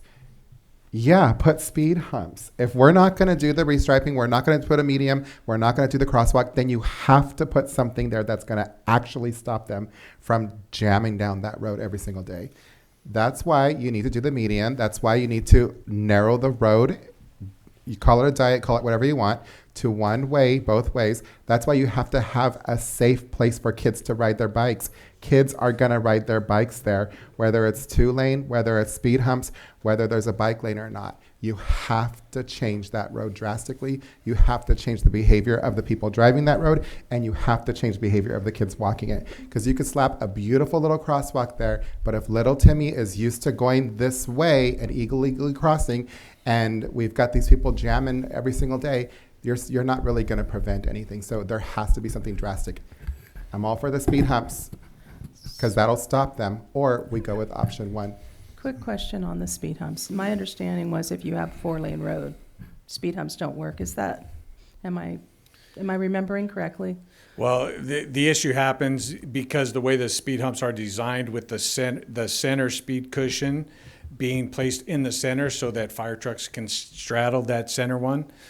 We could still have a center one for them to straddle, but it would be in the center of 4 lanes instead of in the center of 2 lanes. Okay. Could you weigh in maybe? Because I seem to recall there being something about the rules and not putting speed humps on beyond a 2-lane road. I just am curious about that as far as the traffic. So our policy does limit it to streets on 25 miles per hour or under, but this is in front of a school and it is council's policy. So I think the traffic study has been done, but I'm not sure if the traffic study was for speed cushions. It was just a general traffic study. So there's not a rule about that. I seem to remember that for some reason. Maybe I'm just hallucinating. I don't know. You run into the situation where when children are present, you do have a 25 mile an hour regardless of the number of lanes. We could look at that. We could look at it from a study perspective. As for just painting a crosswalk there, you won't get staff to give you that recommendation. It'd be a major insurance concern, as well as I don't think you would get any of us in the field to make that recommendation, because that would possibly invite a dangerous situation.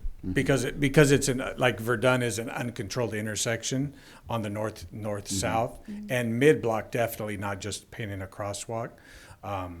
So yeah, that's why we would recommend not just painting a crosswalk. We could do tomorrow, but the position of where it's at, we wouldn't recommend that. Yeah, from a risk standpoint and an insurance standpoint, just looking at it fiscally, we would not recommend it. And I think just from a staff direction of us making a recommendation that could possibly lead to a tragic event, I don't think from a just from a personal standpoint, you're not going to get anybody in the engineering staff or city manager's department to say to go there. Councilmember Burns. Thank you, Mayor. So, again, I'm not saying speed humps are the be-all, end-all solution, but it might be a temporary solution to a permanent problem that's going to take greater community engagement. We've already heard from the school. The school seems pretty good with 3, and even if we move on 3, and I've heard you say at least 10 weeks. My recollection is we could have speed humps out there next week if we made that decision, and that would be a temporary solution, and I'm willing to take the heat. I don't care. I'd rather have them screaming at me because they have to slow down than have to deal with a victim of a traffic collision that would be preventable by the speed humps.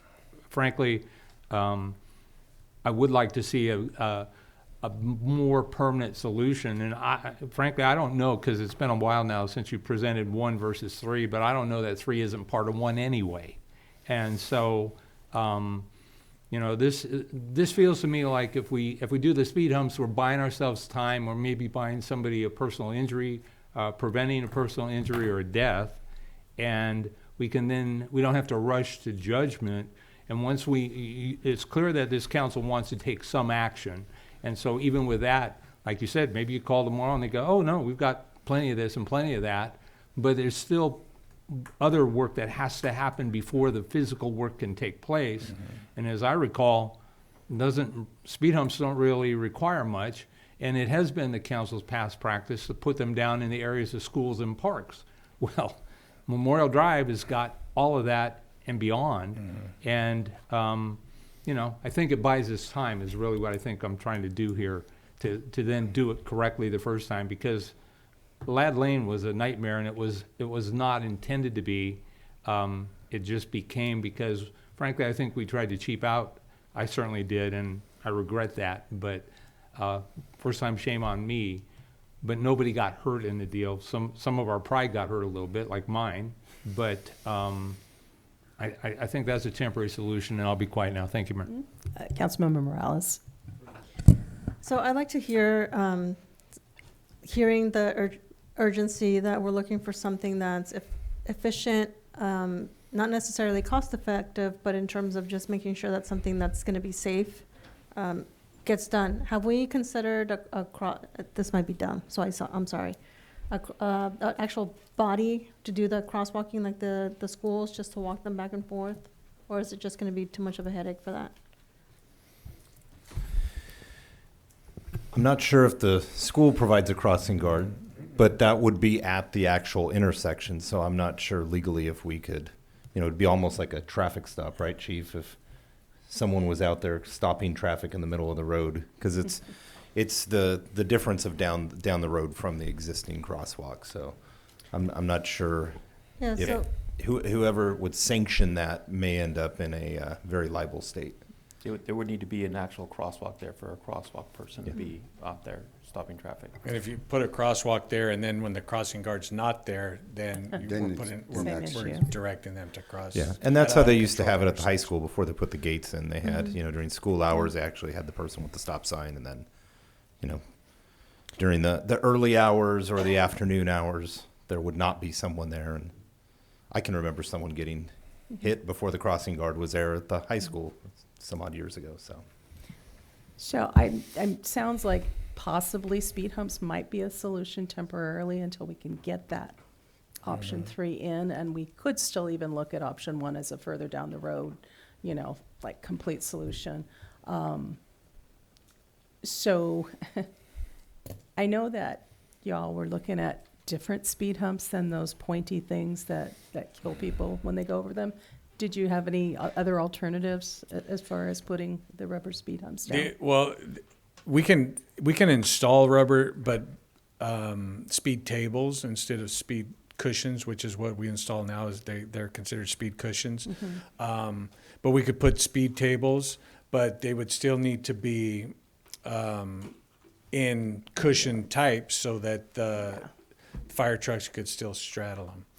And the only difference between them is speed tables allow you to go over them faster because it's not up and down. You go up and it's flat and then you go down. Yeah. So we might be defeating the purpose by putting speed tables there if we want to slow people down to 25 and we put in speed tables that they could potentially go 35 over. We may be installing something that doesn't really get us where we want to be. I just know I've gotten a lot of feedback from people who say I have to go 5 miles an hour over those little pyramids. So. And I know we were looking at just different shaped ones, not necessarily the cushions that you're talking about, but just something with a slightly different shape. Because I've gone over other ones that don't really have that jarring, kill your suspension kind of thing that we have been using. So that's my only point. But I like the tiered approach. So we can do something right away, at least start with the safety, and then get that option 3 in, and then do a lot of feedback before we employ and spend $1 million on option 1. So Chief, I don't know if you can weigh in. My understanding is that any auto-ped collision that is 28 miles or greater in speed on impact usually will result in a fatality. And that's the stat I'm aware of, and it's probably outdated by now. But I don't know if you have any thoughts on that, because again, I don't want to damage cars, but if I have to choose between damaging the undercarriage on a car and a fourth grader, I'll choose the car every time. So I think you're correct on that statistics. Every speed higher you go up, it increases the likelihood of serious injury or death. But I also agree with William's point that the speed tables versus the speed humps are a solution, even if you get the traffic to stay at 25 miles an hour. The problem is not the cars going 25 miles an hour. The problems are the cars that are going 40, 45 miles an hour. They can't stop even if a kid pops out in front of them and jaywalks, or if the principal walks out or jaywalking. They can't stop at that speed. At 25 miles, they can stop, and technology today with cars with analog brakes, if you can keep them to 25 miles an hour, there's a quicker reaction time. And the speed tables, you wouldn't have as much of a pushback from the community that has to almost come to a complete stop to go over the speed humps, versus the speed tables that if they're going 25 miles an hour, they can continue going 25 miles an hour. If they hit it at 35, they're going to feel that. And that's why the difference in those two different types of designs for reducing the speed. So perfect. Thank you, Chief. I appreciate your input. Thank you, Mayor. Did you have something, Councilmember Press? So there's different types of speed tables also, because we have them in front of the high school. We have them on Vine Street, and then we have them over there. Those are speed humps that are on, I can't think of the name of the street. Not Central, the last street going up before El Camino de Vida. Is it Clearview on the left? There's also speed hump or speed tables there. I think that speed tables are so much better, but isn't there a type of temporary rubber speeds, something besides this peak that we have that we could buy and insert? Yeah, the speed tables would be different. Yeah. In the fact that you go up and then it's a Yeah, flat I on know. top and then it goes down. Yeah. So they make those out of rubber. So it's basically what we have now, but they have that flat portion. The same manufacturer manufactures them. Okay. It's recycled rubber. Same installation, basically, just with the flat portion on top. So, and we don't know what type of delivery time that would be either, right? Because, I mean, even the 10 weeks you were talking about before was before. It's not applying necessarily to today. They might have it in stock, you said, the Hawk. Yeah, well, and the speed tables, generally, my experience with the speed cushions, it's a 6-week lead time. For the speed cushions, I've never ordered any speed tables, but generally the speed cushions are 6 weeks, so I would assume the speed tables would be about the same. Now, we have plenty of speed cushions in stock. We've got thousands upon thousands upon thousands of those.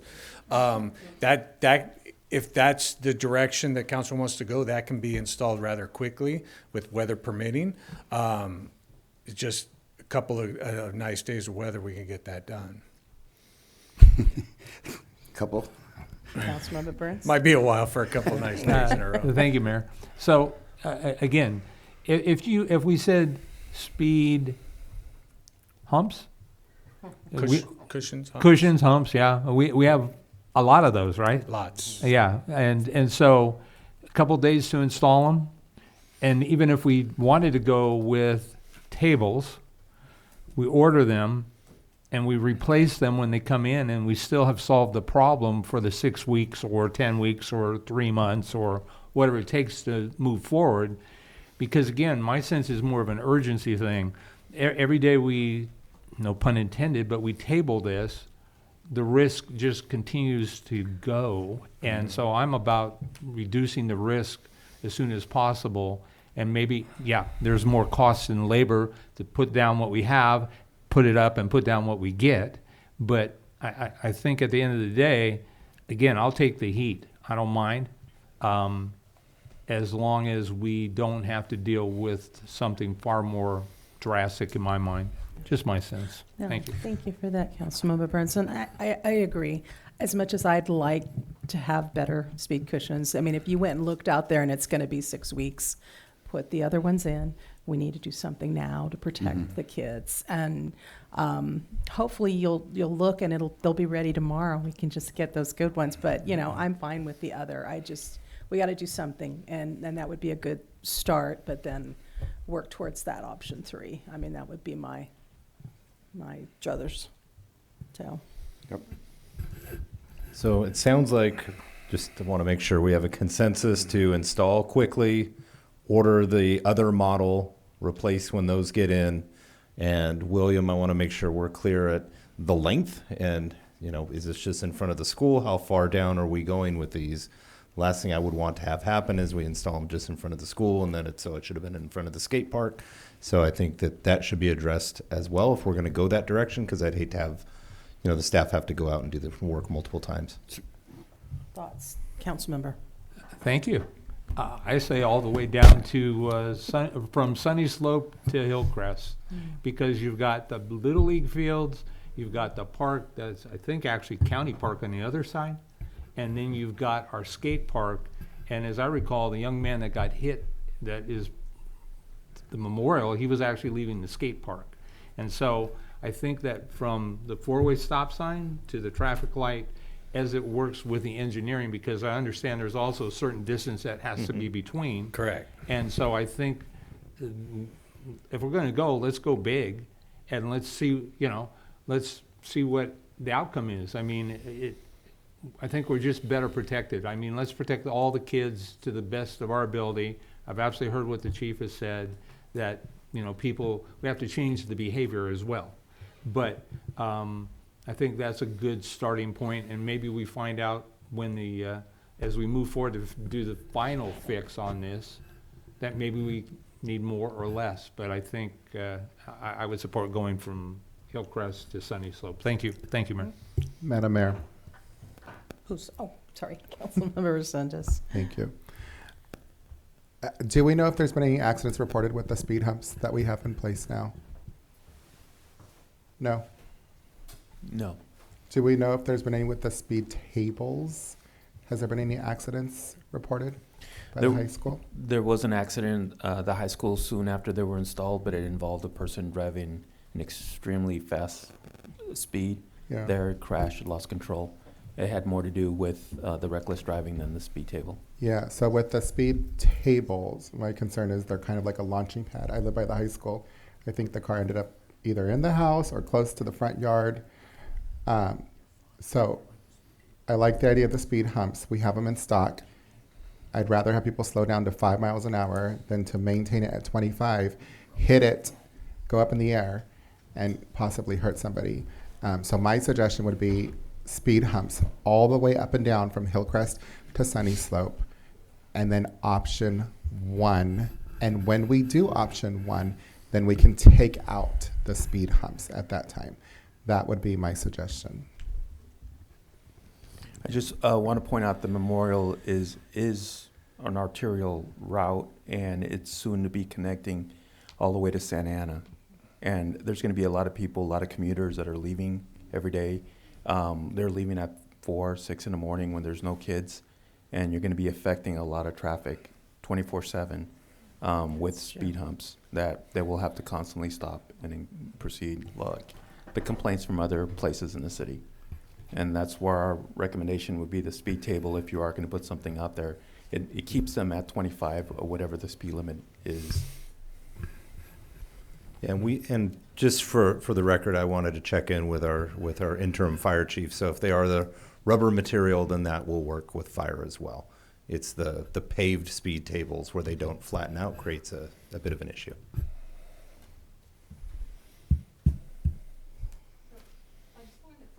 So my understanding is that there was the majority for option number 3, depending on what's available. Then if it was going to be weeks, then we were going to get the speed tables or the bumps, depending on product availability.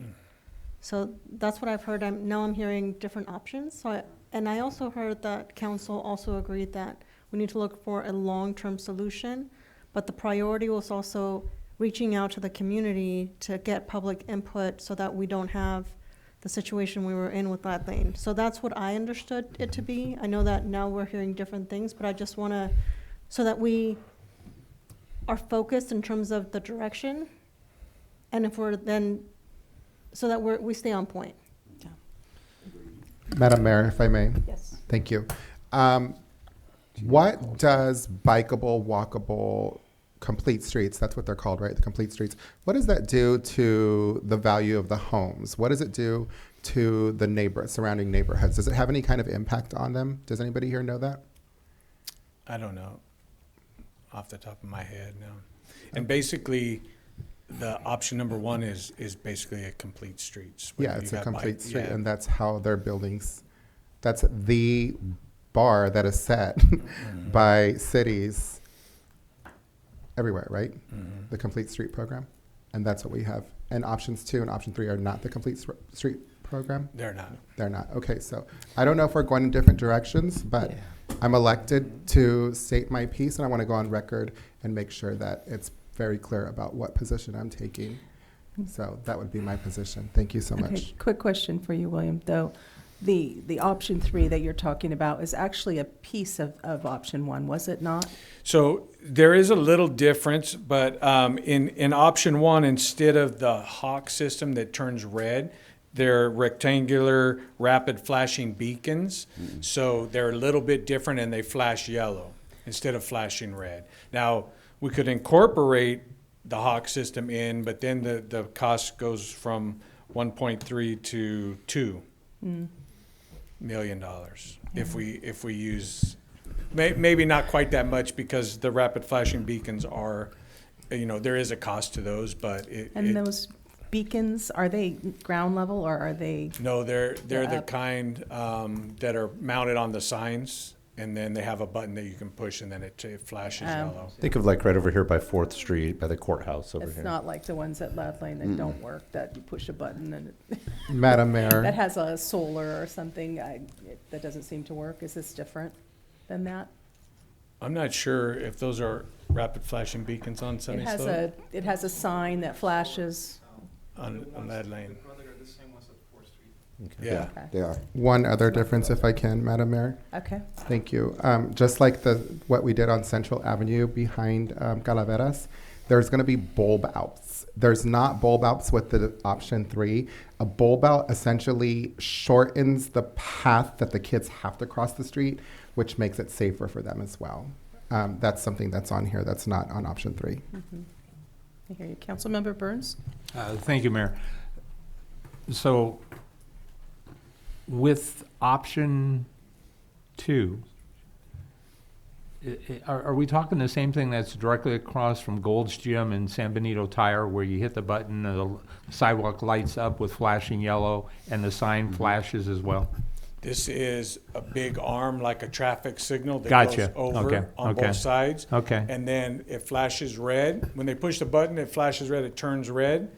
And then cars have to stop whether there's Gotcha. someone in there or not. Gotcha. Okay. And so, just so I'm clear, my understanding is we're going to do a speed table or a speed cushion, a speed something to slow them down. Step A.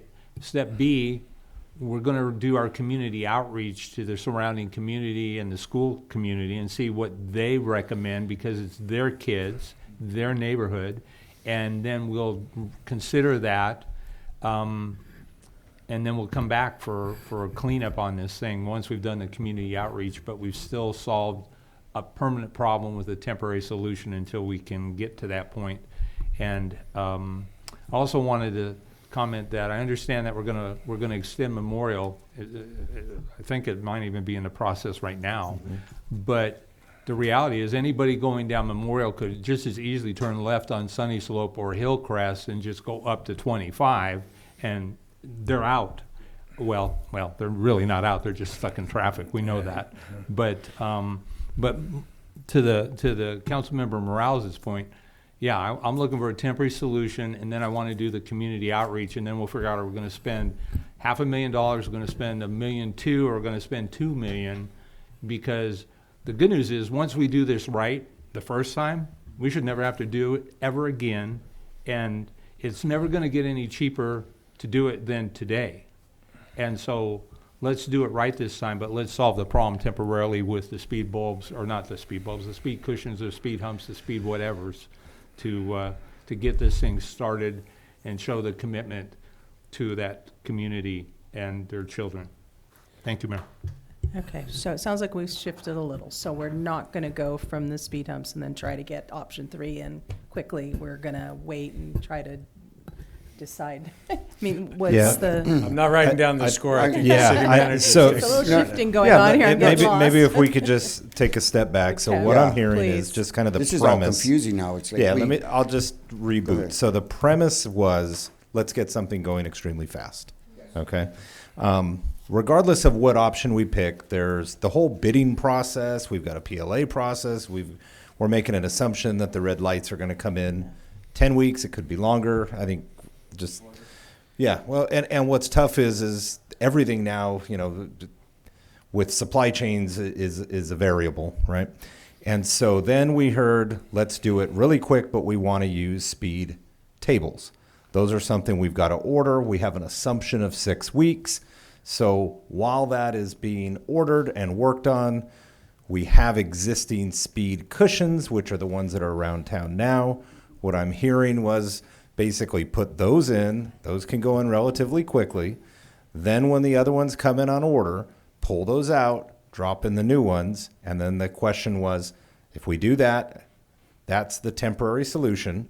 We've heard some have take it, from the whole strip, from Sunny Slope to Hillcrest. So that was the piece that was out there. And then instead of picking 1, 2, or 3, go out into the community and get some feedback on probably option 1 and get some input there, because that's more of the complete streets. But pitch the options to the community. That's why you're city manager. And I would suggest, Madam Mayor, if we could just go down real quick, each council member and say what their option would be. Is that okay? Sure. Okay. Sure. I like what Councilmember Burns said. Speed cushions for now, up from Hillcrest to Sunny Slope. Get community input, and then bring back these options, and then we'll decide then. And get the tables and swap the cushions with the No, tables? no tables. No tables. That's Yeah, the tables have the cutouts for the fire engine, so. Yeah, I think that's not my choice, yeah. Okay, so but that's a difference, so. yeah. Councilmember Burns. Feels like I've been talking all night. Apparently I have. Sorry, Mayor. So I agree with everything Councilmember Resendez said, but I do think that we swap them out when they come in, the tables for the cushions. And I'd suggest we also try and sell all the other cushions we have. Please. Fire sale. Right. Councilmember Perez, what's your thinking? I don't like alternative number 2. I don't like the mid-block crossing. Option 1, it's you still have that mid-block crossing. Leave it to the community right there. But Verdun, that needs a crosswalk. That makes so much sense right there. So I do like option 3. I do like putting the cushions up that aren't cushions until the tables come up, and that's where I stand. Okay. Councilmember Morales. Thank you, Mayor. In remembering with Lad Lane, I think it was, according to one of my constituents, it was about 5 years. I came into city council, that's been 2 years. So that was a 7-year wait for engineering and bids and a lot of stuff. So my recommendation, or what I would like to see, is option number 3 to be implemented right away so that we have a solution. Put in the speed tables or speed bumps, whatever we have available for an immediate remedy. Look at the studies that were done, talk to the community, look at a long-term solution, bring that back for whatever bid process. I don't want the illusion of having something that might take anywhere from 2 years to 5 years to actually come to fruition. It sounds like there needs to be a solution right now. So have something that's a viable solution, a temporary solution, and then plan for the long-term solution, whether it's 1 year or 5 years, depending on a lot of different factors, whether it's the weather or availability or even whatever. At least we have a solution that will take care of our community. That is my recommendation. If I could ask for clarity on that. So you had the cushions. Did you want to see them get swapped into the tables? Yes. Okay. And then I have this question for both you and Council Member Perez. If we do the tables, the cushions of the tables, would that also be Hillcrest to Sunny Slope? Yes. Now, I want to clarify, Chief, I heard what you said, but I want to make sure, is that within the parameters of what you said? Putting the option 3 and then the speed tables? No, from what to what? What would your recommendation be to put the? That's the up to speed cushion? you to decide. I mean, Well, I'm asking your opinion. So you brought up a really valid point, mhm. but I want to know, what would be your recommendation? Recommendation would be the speed tables versus the speed humps, so that the cars stay at the posted speed limit or a more reasonable speed limit. When they do get to the new section that's being built, that roadway between Hillcrest and Santa Ana is only going to be 2 lanes, and they are going to be narrow for that purpose, to keep cars at a slower pace. So there's going to be a slowing down of traffic for those vehicles wanting to go all the way to Santa Ana to then get Highway 25 or to go to those schools. So I think the solutions that you're coming up with will work. It's just a matter of how much time it's going to take. The speed tables in conjunction with a crosswalk, a lighted crosswalk, I think all those are solutions that would work. It's a good balance between making people stop all the time versus just keeping people at a reasonable speed. So Hillcrest would you go the whole distance? Yes, that was my question. Yeah, she's asking Hillcrest or Sunny Slope to Hillcrest. Sunny Slope to Hillcrest with The whole thing. For the points that are brought up, Little League games, there's always kids there at the park, and there's people on both sides. There's a park on both sides, people crossing. The skate park is right there. And all those apartments that are there, a lot of kids live there as well.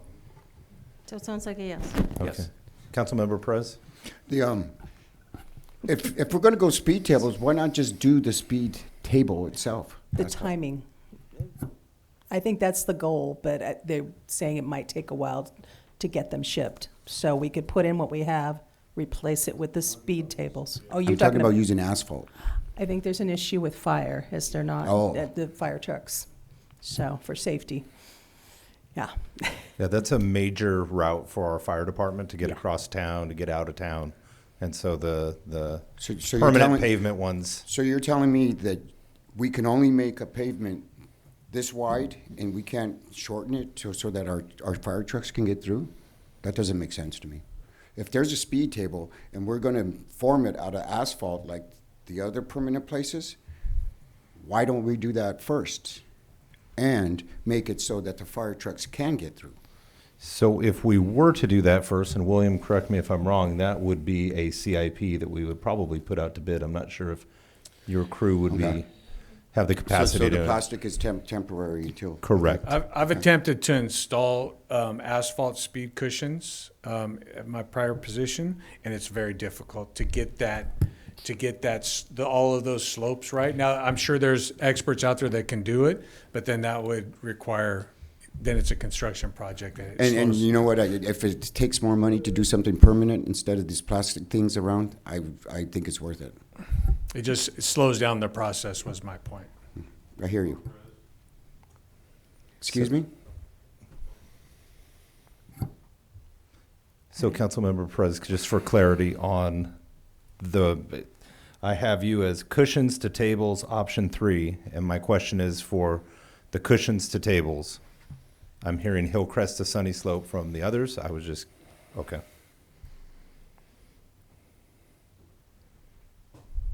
And I would agree with that as well. I really like the option 3. I like that Hawkeye or whatever it's called. It just, that's going to stop them and really make it safe. So I want to make sure we do that. As far as option 1, it's not that I'm against it, but I have to be honest, some of the complete streets we've done, as Councilmember Burns has said, we've cheaped out. And I'm looking at Sally Street and seeing broken rubber curbs, and I'm seeing other things. We want something that's going to last, and I would like us to explore, doing things a little more slowly, but doing them nicely with landscaping and asphalt and concrete as opposed to rubber stuff that breaks. So I just want to take our time with, the $1 billion and $2 million projects, but I do want that safety. So I'm all in on option 3 and doing the speed humps and then tables. So.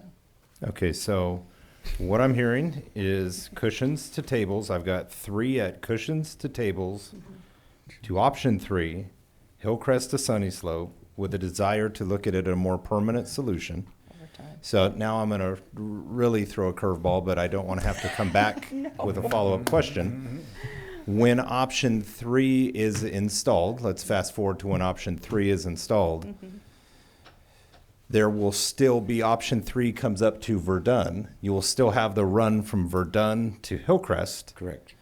I'm assuming that we would leave those temporary speed tables in until until whatever the ultimate project ends up being. Yeah, yes. We'll see how they work, but then we can look at a more permanent solution over time.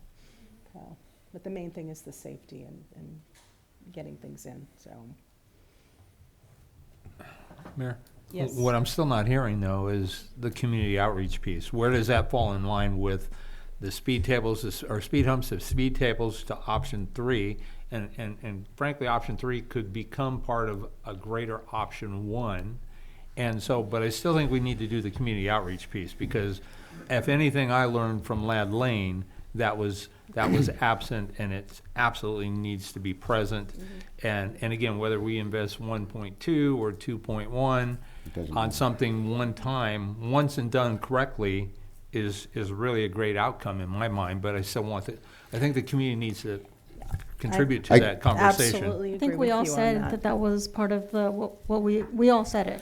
The 3 of us all said it. If we're looking at speed and safety, if the Hawkeye thing is available right away, are we going to wait for community outreach, or do we put it in for safety and then do the community outreach for more permanent solution? The way I understand it, the way I understand it is option 3 would be pre-community outreach. You put in community outreach, or you put in option 3, which is a CIP project, so that'll come back and we'll go through that whole process. Then down the road, simultaneously, whatnot, we're doing a community outreach process for then a second CIP that is a bigger process. Yeah. So in theory, you could be doing a $500,000 project. Fast forward a few years, community input, you're doing a $1 million project, a $1.5 million project. That's the way I understand the 3 if we positions. we evaluate. May I? Yes. So I think we're going to need to do community outreach now, because we're going to have to inform the community of this is what the city council is doing, and I'm sure that they're going to need to know, they're going to want to know what's happening, because they're going to see something. So community information, whether it's a press release or anything, just for information. Flyers. And we can actually start the process a little bit earlier than the second bid, just to make sure that there's communication going back and forth, communication, transparency, and involvement at all points. So, and I'm not sure who would run point on that, whether it's William or somebody in your office, but I think we need to let the community know what we're doing right now with this issue, and then what's going to happen in the future. Yeah, I mean, we could certainly put something together. I just want to make sure we're all on the same page, that it's option 3, outreach. I mean, the outreach can be before option 3, but the intention is we're going to do outreach. Hey, we're doing option 3 as the short term. I mean, it's the midterm, right? Yet the short term is the temporary rubber ones. Midterm is your option 3. Hey, we're doing this. This is what we're putting out to bid, and then getting feedback for the larger scale second CIP project. So this is in essence 3 phases, and phase 1 is going to happen, phase 2 is going to happen, and then the real question is, does phase 2 become part of phase 3, which would be option 1? Or something. Yeah, a hybrid of such. Right. And right. if it makes sense, look to try to implement elements of option 3 into whatever the new option 1 Right, is, so we right. don't throw that money Right, away and start from scratch. Right, and I would just like to say, I would love to see us get more involved with the elementary school and their staff as well, because they live it every day. Yeah. And so in my mind, they're a very critical piece. I mean, you see these kids come and go every year, and so for me, I think their opinion probably matters the most to me, because they engage all the time. And I would agree with that. And I think you said it's going to take a little time, even for option 3, by the time you bid and everything. Mhm. We could certainly do a little town hall at the school and invite people in just to talk about what our plan is and say, you know, we're looking at something more long-term, but for safety reasons, this is what we want to do, and get input and at least keep them informed. Because I agree, we need to keep them engaged and informed of what's happening so they're not surprised by things. So that would be my thought anyway. Okay. So are we? I think I have direction. I've repeated it. Groovy. I've seen 3. That only took a few minutes. So I think we really need to take like a 5-minute break. So thank you, William, for Thank putting you. up with all our questions. Goodness. It does, doesn't it? But it makes my head hurt.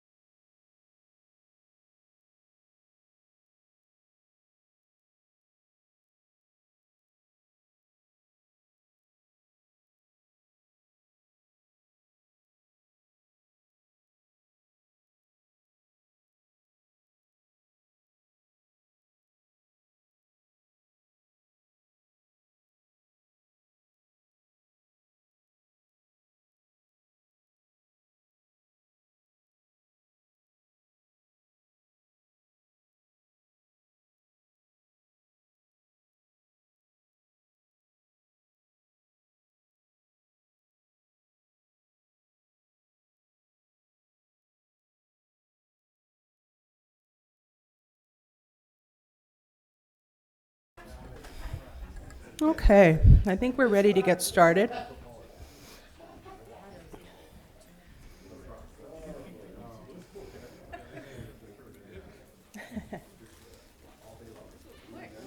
You ready? All right, we're going to go on to item 4. We're going to discuss and provide direction regarding council meeting start times. City Attorney, you're going to give us a report? Yes, Mayor and Council. So at the December 18th, 2023 council meeting, the City Council requested a future agenda item to consider moving the start time for City Council meetings to 9 a.m. A change to that meeting start time will require an amendment to the municipal code of section 2.04.050. And the timing associated with ordinance revisions is an introduction, and then it's brought back for adoption 5 days later. It needs to be at a regular meeting, that second part, and then 30 days after it becomes effective. Gotcha. Okay. Any questions from council? I do. Thank you, Madam Mayor. 2 questions, if I can, City Attorney. Number 1, I don't remember what, or I probably didn't see it in here either. What's the rationale for wanting to change the time? It was a council request for wanting to change it, and I don't know what the rationale was behind it. I don't think that was explained.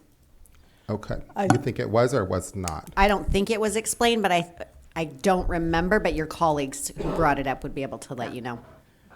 I think I can answer that. I think Councilmember Morales brought it up. I think one of the concerns we've had is meetings going on till all hours of the night and the wee hours of the morning, and how difficult it is after 10 o'clock to be able to make important decisions. So we're trying to find a solution, and that was the suggestion that she had brought up. So I'm hoping we can have some questions and then discussion about it. So do we have any more questions? Councilmember Burns, any questions? Or I don't. I do have some comments. I'll Okay. reserve. Thank you, Mayor.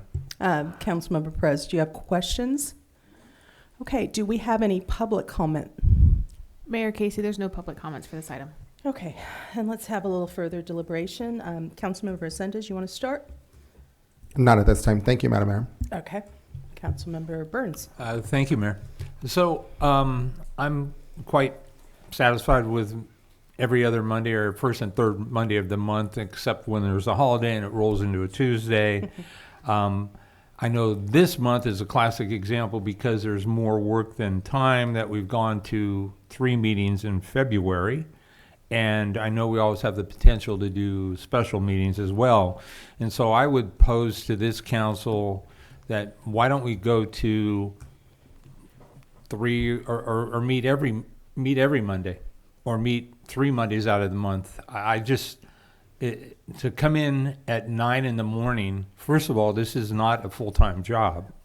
The pay is minimum, and I didn't take the job for the pay, but some of us have to work. Matter of fact, I think all of us work, and so I would like to propose other options versus a 9 a.m. because yes, we could then take the meeting and go 9 till noon, or 9 till 9, I suppose. But I think there was sound rationale why it was every first and third Monday of the month, and I don't see where. I've sat through some council meetings till I think probably 2:15 in the morning, maybe 1 or 2 in my 3 years, and I get the fact that 10 o'clock, and often I have to work the next day, and I work in Stockton, so that's a long drive, but it hasn't been so problematic that I would suggest we change. But if we do, I would pose that option. Thank you. So your option that you were proposing was to do three meetings a month instead? Yeah. Okay. Councilmember Press? I'm all for it. I love it. I think it's 9:13 right now, and it's like I'm already gone. Well, not gone, but it's like this gets to be too much after a while, and we make important decisions for our city. We should be not that we're half asleep, but we should be able to think more clearly, I would say. Okay. And Councilmember Morales?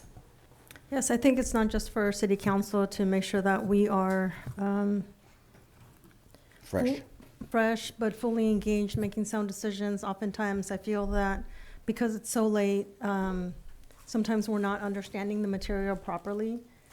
Many of us get up really early just to go to work, and so it does impact not only that evening, but the next day as well. And I think we also have to think about our staff. There's several folks that commute out of the city to Los Baños or Seaside or other folks, other places. It does impact their lives and their livelihoods. It is dark. A lot of the roads are not well lit. Right now it's really raining. Sometimes we're impacted by the floods or other things. And so it's not just us, the public. Also, it's really hard for the public to stay until like 1 or 2 in the morning or 12 so that they can have input. So it's just not for us and our ability to make sound decisions. It's also for our staff and the community to be able to engage in a process. Okay. So, I mean, I don't have a problem with the 9 a.m. start time. I could make it work, but I understand that, you know, folks who do work, it might be problematic.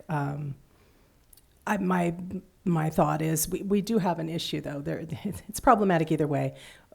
It is difficult when you're paying attention from the moment you get in, and then 10 o'clock rolls around and your eyes are starting to go, and you're trying to make, this sometimes $1 million decisions. I don't like the idea of doing that when you're worn out. And we've had, I don't know, Councilman Burns, I guess you've been lucky because I haven't been here that long, but we've had a number of meetings go past midnight, and I've been up till 3 and 4 in the morning trying to, just chill after. So it does wreck you for the next day. That said, suggested possible alternatives is to have an earlier start time, maybe at 5 o'clock instead of 6:30. Possibly doing a third meeting, or just having a hard 10 o'clock stop regardless, and hopefully the city manager can manage the agenda so that we don't have too many items left over that we'll have to roll over, and maybe we do an optional third meeting when we get behind. It's complicated, but I want to support everyone being able to participate, but I do think it doesn't work either way. I don't know that it's going to work, to do a 9 a.m. and I don't know that keeping it at 6:30 is working. I don't know whether we're giving our best after about 10 or 10:30. So those are my thoughts anyway. Councilmember Resendez, did you want to add anything? Sure. Thank you, Madam Mayor. After hearing everybody speak, all I heard mostly was, I this, I that, but we're not really here. We're here to do the people's business, and I don't hear anybody saying how changing the time to 9 a.m. is going to affect the public participation. If we were to have a meeting at 9 a.m., Mr. Principal Rios would not be able to be here. He has a school to manage and to work for. I see this as an obstacle put in the way of the public from participating in their local governing processes here. And it's not really about us. We chose to do this job. I love and I'm so passionate about doing this job. It's not about the money. It's really about representing the people. And when I heard everybody speak here, I didn't hear much of that. So that's what concerns me the most. Am I open to doing 3 meetings a month? Sure, why not? We've done it in the past. But aside from that, I think that there's other ways of managing the agenda and maximizing our time up here in a more efficient way. I don't know if we practice that as a council. I'll be honest with you. I really don't know if we practice that as a council, and I'm guilty of it too.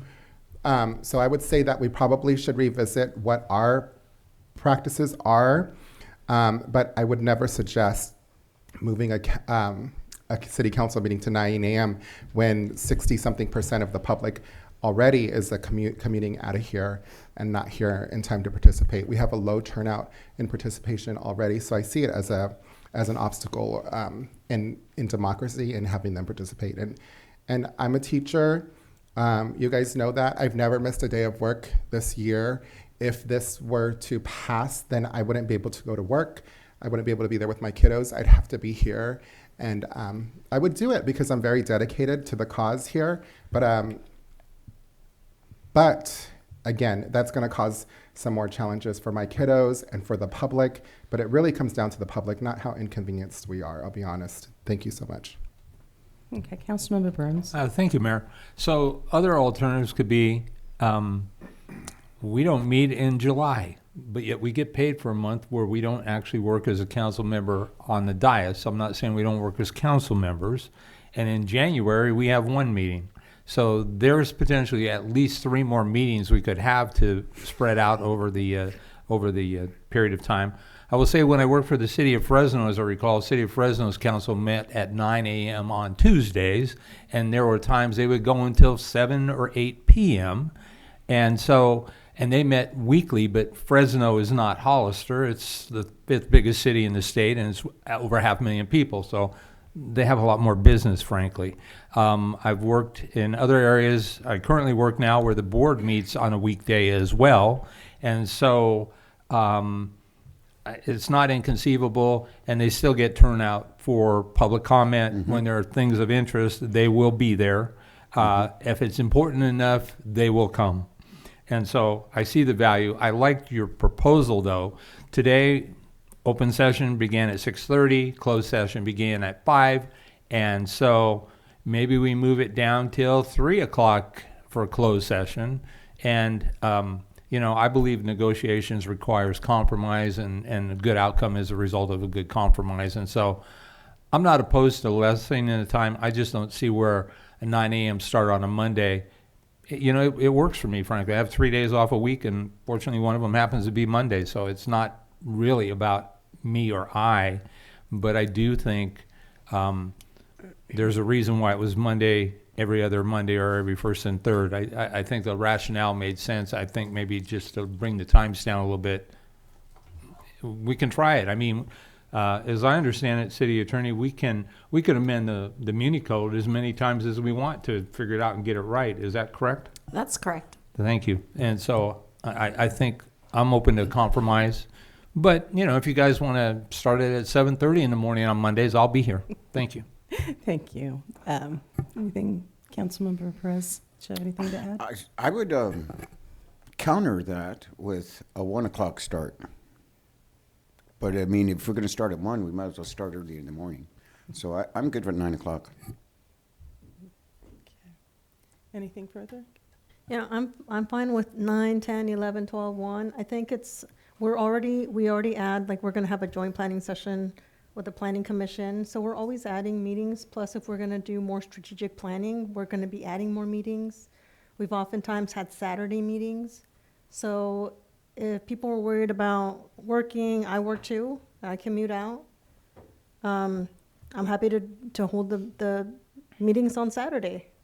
I'm happy to be here at 7:30 as well.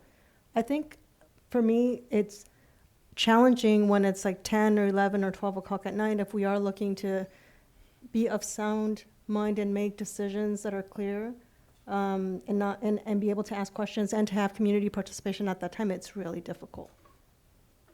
Okay.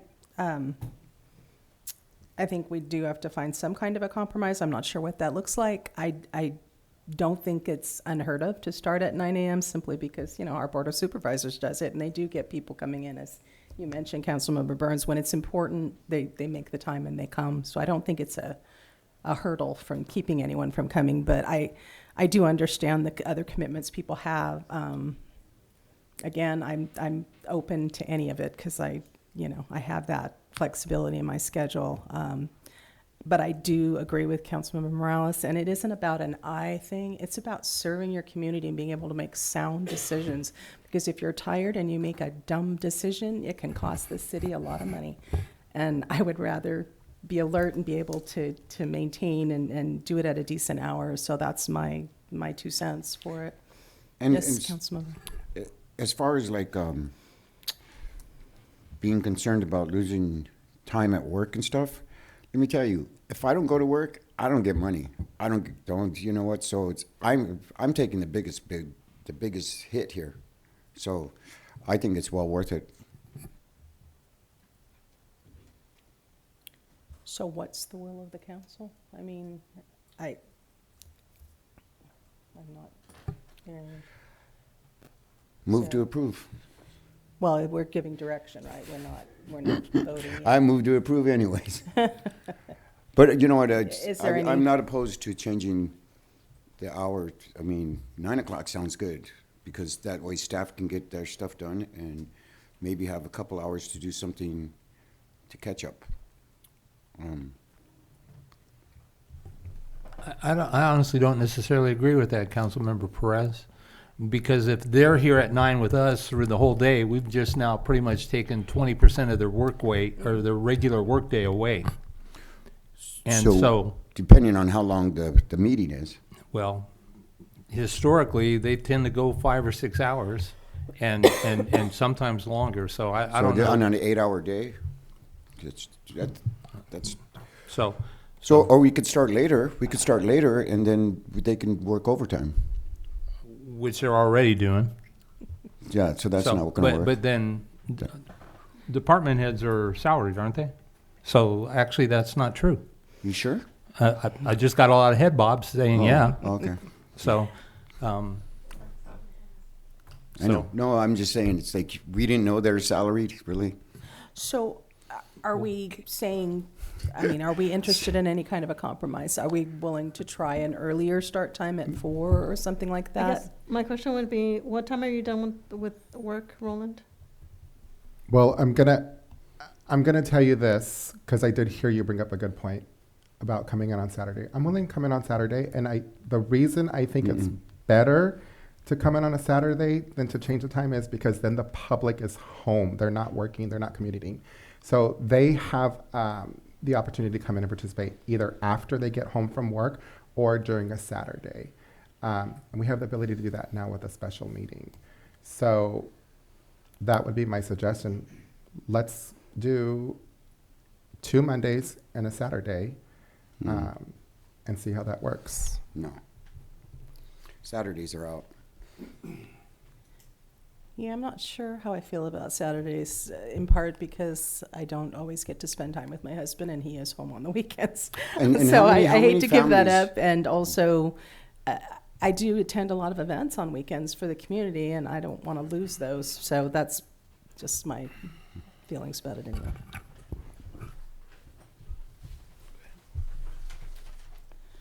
I'm good at 9. I'm fine at 9, I'm good at 9. Monday at 9. I'd say Monday at 3. Monday at 11. I'd say Monday at 4. Okay. Back to 9. I don't think we're getting anywhere here. Is 3 or 4 a possibility for you, Councilmember Resendez? Is it, from when you get out of school? I can be here at 4 o'clock every day without it conflicting with my work hours, my contracted work hours. So could we try a 4 o'clock start time and That's fine. do a hard, fast stop at 10 and That's see how fine we with me, do? but again, my only concern is public participation. So, but I hear what you said, but if we start at 4, usually that's going to be closed session and there is no public participation.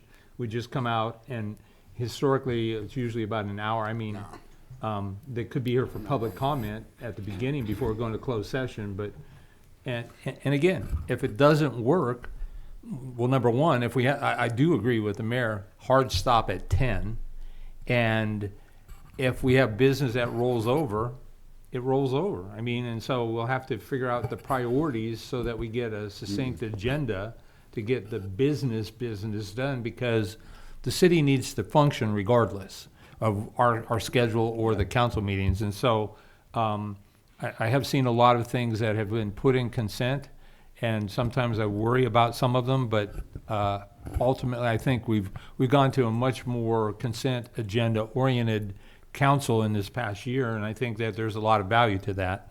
And so I think we just need to, we being me, speak less, listen more, and just move it forward. But I think a hard stop at 10 with a nice launch at 4, and worst case scenario, it doesn't work, and so we'll shift it. I think we have the capacity to do that, and so in my mind, either way, I'm leaving work early to be here, and so I don't care whether it's 9 a.m. but I think 4 is better, because then we're not going to monopolize the department heads Mondays as well as we do. We do monopolize them now, but after they're already closed to the Oh, public. we just take their sleep. So, if I may, Yes. So we're all changing the whole schedule because one teacher, he's a teacher, and he's the one that was just talking about how it's not about me, it's about serving. So what's wrong with 9 o'clock then? Why don't we start with 9 and see how that works? I would say, and I can't speak for him, but I'm going to, apparently he's got a contract. And so I would believe he executed that contract under the good faith belief that council meetings were going to start. The earliest one I've seen, I don't know, 4 maybe. But if he's under a contractual obligation, and so now we're going to change the rules for our convenience, I don't know that I can buy into that. Well, with that, don't they have sick pay and time off and PTO and all those things in those contracts? Salaried? I mean, I don't get paid.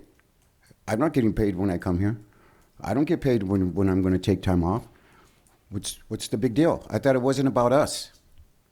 It's about the functioning of us to make decisions for our community. That's what it's about. I'm not hearing a lot of consensus here. Is there So- any will to try the 4 o'clock and see how that works, or are we hard and fast on 9 a.m.? Madam Mayor, I think I did hear consensus from the council for 4 p.m. Did we? Did you guys? Not me. I'm fine with it. Worst case scenario is it doesn't work when we're having a follow-up conversation where we have more data that says it didn't work. Mayor, if I may. Yes. One thing I didn't hear you discuss as you were going back and forth with a 4 o'clock start time, I think I heard, depending on closed session. Some cities do closed session at the end of the meeting as well, so that's something you could consider as well, because under our current setup now, if you had a 4 p.m. and we had an hour and a half of closed session, then the meeting starts at 5:30 for the public. Right now we have a standard time for the public, regardless of closed session, and we work backwards from that. So if your aim was to complete sooner, one option is, closed session is your determination of whether you have it at the beginning or the end of the meeting. So are you saying to go to closed session, after the meeting? After 4 o'clock or after the 6 o'clock meeting? Well, the meeting is still going. It's a council discretion as to when you host your closed session. Okay. Councilmember Burns. I actually like that a lot because today was a perfect example. We were in closed session. We ran it past the 6:30 start, as I recall. It got real close. And so it gives us an opportunity to continue the closed session if we have a need to, but it also doesn't inconvenience the public to sit and wait if we do run over. And so I would like to try that as well. I think that's smart. I wouldn't mind trying that starting at 9.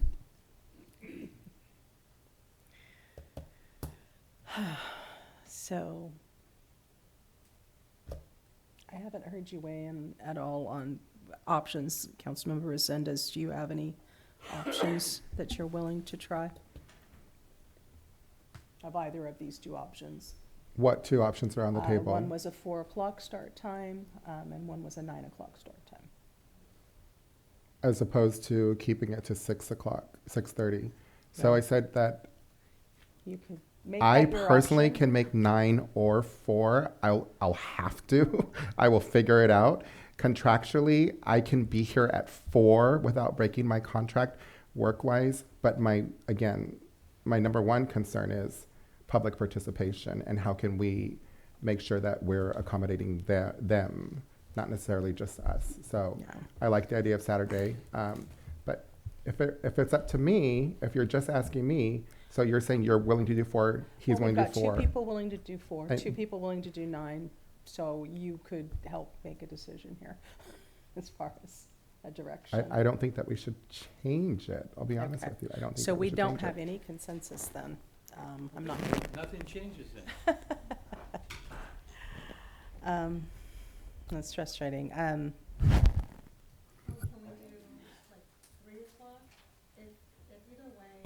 So, I mean, Roland attended committees, and they were during the day, and that didn't, violate his contract. What committees did I attend during the day that didn't? Prior to. Which committees are you talking about? I don't know what your committees It's not were. true. They would start at 4 to No, typically the ones you were on. he had all the committees that were in the evening. They Yeah. set it up that way. Okay. Okay. I'm willing to look at 3 or 4. I just don't want to end up back to the same, Yeah. we're done at 10 and then we go to closed session until, whatever. Yeah. What would be the hard stop then if we started, and if we had closed session? Because I we're still going to want end a up hard stop at 10. for closed session as well? For everything. I don't want to be stretching it beyond. So, So then we'll be done we have to stop at 8:30? Or we could It leave closed session first and have a hard stop of 10. And For I'm our fine. If you items. want to do 3, I'll do 3. Yeah, I'm better with 3. I think that way we just are not running into the same issue. So if we look at the problem statement, and if we end up back to where we always were, the solution doesn't matter. If you want to do 3, I'm open to doing 3. I can do 3 or 4, so, and I'm fine with that, but I think hard stop at 10, and then just see how it goes, and see how our schedule, if we get things done or not, or if we have to do additional meetings or whatever. Then why don't we start at 2? That way we have a 10-hour, 8-hour period to. I think anytime we go beyond 6 hours for a meeting where you're having to concentrate, it doesn't matter, even if it's earlier in the day. I mean, it wears you out. So I think I've been doing it for a while. I've been doing it for a while. Yeah, I've been trying to do it, but it does get pretty tiring after about 6 hours. So I just think 4 to 10, let's do a hard stop and see how that works. And we can change it if we decide earlier is better. Or, I mean, it's not carved in stone, but at Did you least say- it'll give us a chance to try something new. 4 to 10 or 3 to 10? I can take either or. I really don't care. Can we do 3? And I as think a that'll be reminder, better. Madam Mayor, I'm contractually able to be here without See? breaking my contract at 4 p.m. That gives me 15 minutes to get to work, from work to here. Just putting that out there as a reminder. So why don't we try 4 and see if it works? And if it doesn't, we roll it down. You know what? Hey, Roland, what time do you want to start? Let's just start at whatever time you want. That's what we're saying here. It's like, you guys, it's ridiculous. I lose money out anyways. Are you guys gonna pay for my customers? Pay my wage? Because you're watching out for him. Well, I don't think it's watching out. We're Well, yeah, talking you- about that's contracts and perception. also children.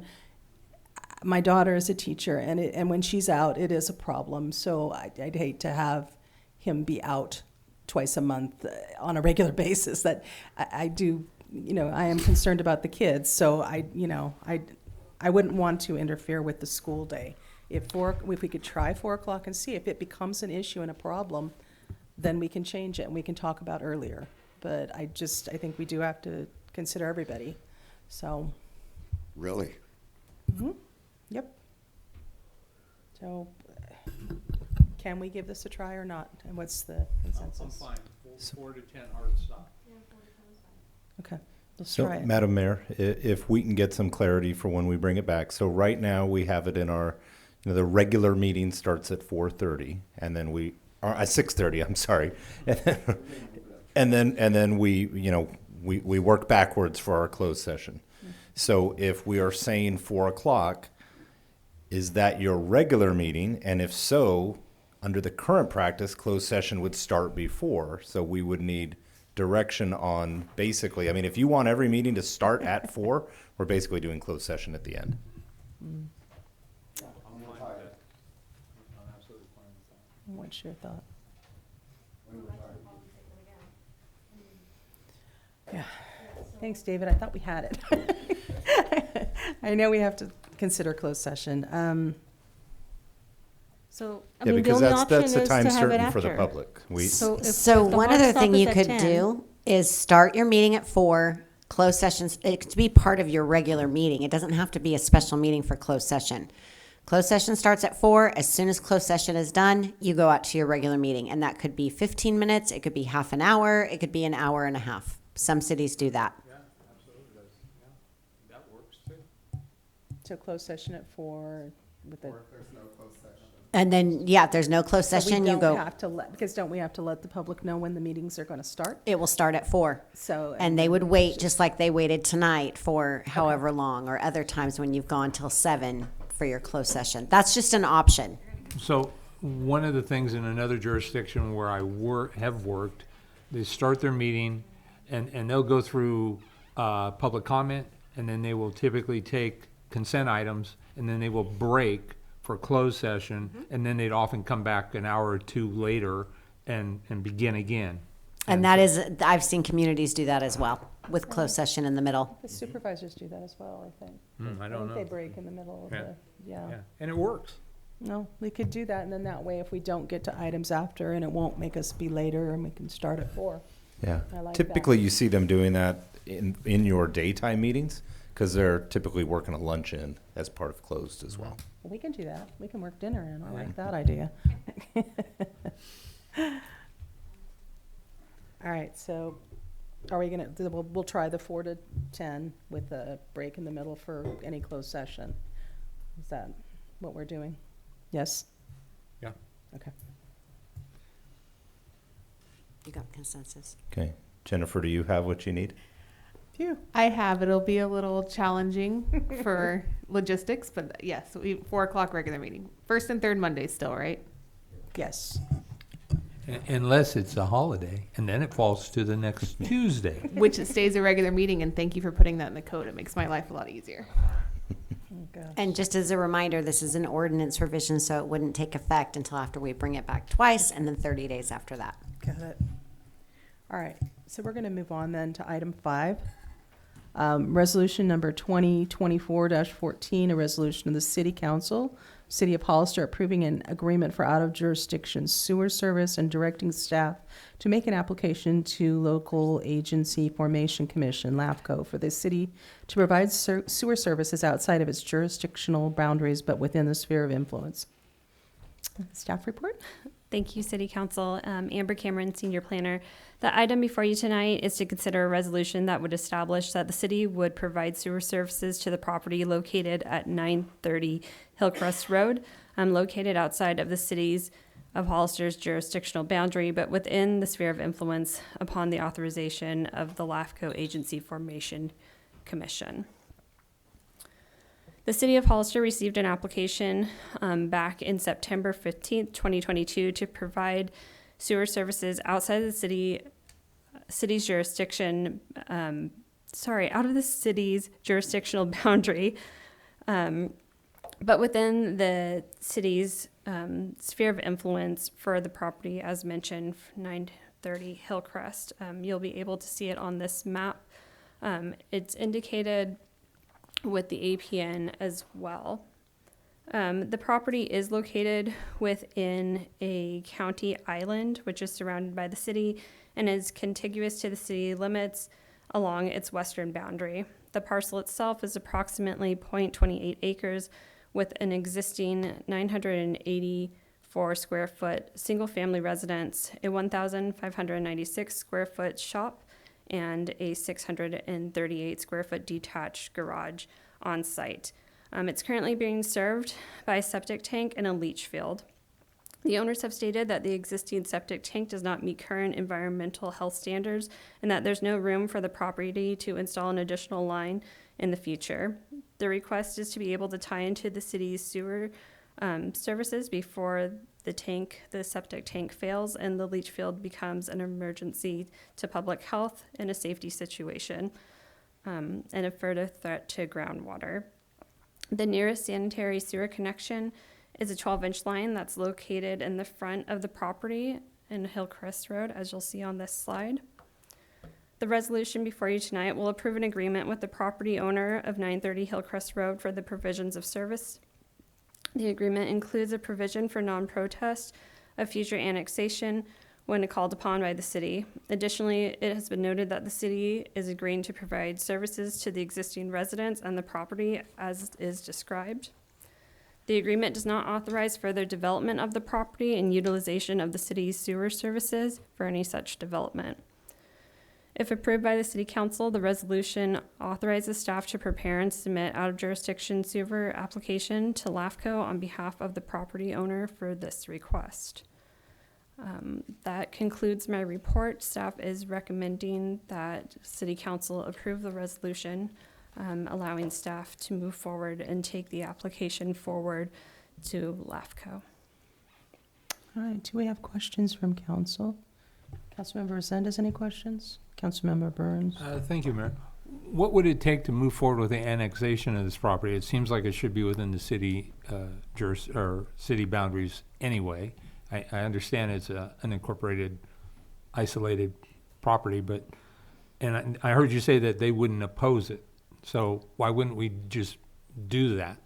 That's correct. I'm going to defer to my manager just because this is a whole county island. We don't typically take in one property, so I'll allow her to discuss what it would look like if we were taking in several other properties with it.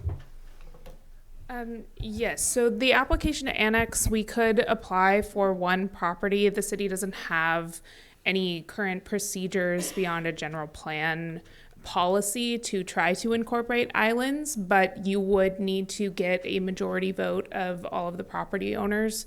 So if we were being directed by the council, I would recommend that there be a significant outreach effort to the community in the island to identify what annexation would mean. A lot of times there's confusion about, you know, if you need to hook up to sewer right away or hook up to city utilities. That's not necessarily the case, but part of the policies in the current, but also more strict in the proposed general plan update is to really kind of have a city effort to annex some of these islands. So for the annexation of this individual property, it would just be an application. I don't know that there's necessarily a LAFCO pro or con.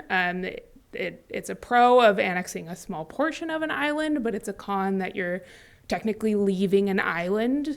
It's a little bit of a gray area in LAFCO law. Technically, the formation of islands is not allowed in LAFCO law. So I think some of these islands came about from protests of other annexation areas. And so they ended up getting kind of grouped together as parts and parcels around annexed, and they did not.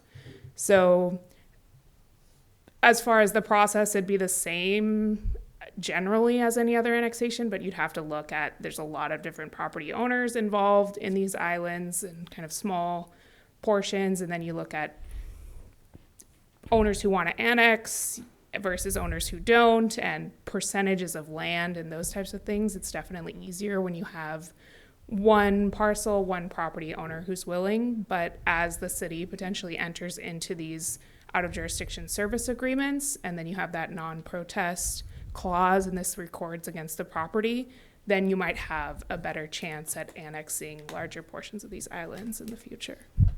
Fair enough. Thank you. And council, if I could, this single annexation request, it's a city employee that owns that property. Just wanted it to be fully transparent. Councilmember Perez, you have questions? Do you have any? Okay, do we have any public comment? Yes, Mayor Casey, we have one public speaker for Carson Clower. Good evening, Council, and thank you for your consideration and hopeful approval of this item. I'd like to thank staff for all their work on this. As you can see, the number of the application is 2022-1, so this one's been going for a bit. Different iterations, different other things got approved along the way, and I think all of the work that you've done with our jurisdiction has led us to this situation. So hopefully we can get this kind of at least started to be put to bed. The Cannells have signed the document, so they're okay with the terms. It's probably not the best deal, but it is what it is. We'd like to move forward and get this taken care of and get them off of that old, small septic system that just like most of their neighbors have septic systems that are too small and would never be approved under the new guidelines. So I do think this is it's good for the applicant. I think it's good for the environment, and I think it's good for the city to have more ratepayers coming online that should be paying already. So I think my personal perspective is that if you can, I think it's in your general plan update that you do, at some point should annex these islands. It doesn't make a lot of sense to leave them out there. People don't know who they're being served by. People tend to do kind of weird stuff when they're not really to code with what they have, because if they come out and say, hey, I need a permit, they say, well, you can't get a permit, which is kind of why we are here where we are, because they wanted to expand the system. There's not enough room. So hopefully this is just another step toward fixing some of the out of jurisdiction issues you have. And I'll be here when you guys kind of continue that process. So if you have any questions, I'm here. Thanks so much, and thank you, staff, again. Thank you. Those are all the public comments we have for this item. Okay, further deliberation from council. Councilmember Resendez, any thoughts? Councilmember Burns? I would like to maybe explore annexation of that island when staff has time. I recognize it's not a high priority given the other work, but it makes perfect sense. And if we do have a property where the septic is failing, usually they have a life expectancy, and my sense is we're going to be going down this path again. And if this is a 2-year process, if this was did I hear it correctly, 2201? 2002. 2022-1. 2020, yeah, so, the bewitching hour apparently. And so, I'd like to see that, and I'd like to make a motion to approve. Thank you. Okay. Any further deliberation or comments? Can we get a second on his motion? All those in favor? Yes. Yes. Motion carries 5-0. Thank you. Okay, and that takes us to our committee assignments. Councilmember Burns, do you have any committees you want to report on? I don't, but after the meeting, I do want to talk with you about one that I'm waiting to hear on. Thank you. Mm-hmm. Councilmember Perez, any meetings? No. Councilmember Morales? With AMBEG, we are going to be, we created a committee to do community outreach and engagement for vulnerable populations. So we will be meeting with the CEO to create a work plan. So we're looking forward to providing opportunities to the residents of Hollister for air quality and electrification projects. Okay. Just one to report, we had our COG Highway 25 workshop. It was kind of an all-day workshop. And we had the team from Caltrans District 5 in, as well as some consultants and other state folks. So we got quite a history lesson on the decades of work on Highway 25 and kind of where we're at now and trying to find a path to move forward. One of the things we learned is that there's been significant changes at the state level which impact the Highway 25 expansion project, especially involving the impacts of the travel. It used to be calculated by level of service, and now it looks at vehicle miles traveled. So we have to find ways to mitigate those impacts. On an expansion project like this, we have to look at things like public transit and rail and other ways of offsetting GHG. So that there's going to have to be some shifting there. And what we learned is that in order to get the funding that we're going to need, we have to, if we really want to get funded, we have to look at this and figure out something. So we may have to make some modifications, and we're not sure what that's going to look like. The current ticket, it's expanded quite a bit in cost, so they're talking about somewhere between 600 and 800 million. So of course, it's going to have to be completed in segments, which we had already started at least one segment of. And we'll have more information to share with the public soon. And then I think there's going to be an input, like a community meeting to gather input from the residents, and as we start to move forward and start to redesign or look at it again. So that was that meeting. So, can I ask a quick question about that? Sure. Was it 200 million before and it jumped all the way to 6 to 8? Is that what I'm understanding? Say that again? I thought it was 220 million, 220 Well, million. maybe a few years ago. And it's but all the way the to current 600 estimate to is 600 to 800? $800 million, yes. Wow. So Okay. we definitely can't do that with Measure G. So we're going to have to get some funding. So that more to come on that. So now council reports. Councilmember Resendez. Nothing too much to report. I just want to say thank you to the Public Works Department. When it's raining and trees are going down, I think about you guys out there. They don't get to stay home with their families. They're out there cleaning up our streets and picking up all these trees and branches. So thank you for your hard work and dedication to keep us nice and safe. Okay. Councilmember Burns. Thank you, Mayor. I do have a few items. So I've recently been contacted by a person that lives on San Benito Street and another concerned citizen about the speeding once they hit the traffic light there in front of Country Rose. And so I would like to see some action on that. It seems like it's a drag strip, and I've not only heard that from this individual, but others as well. I don't know how we slow it down.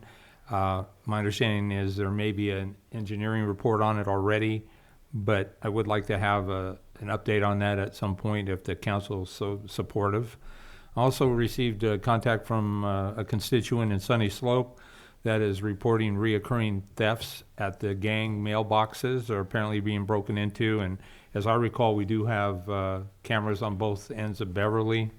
And so I would hope that the PD maybe could take a look at that to see if there's a way to figure out who's responsible.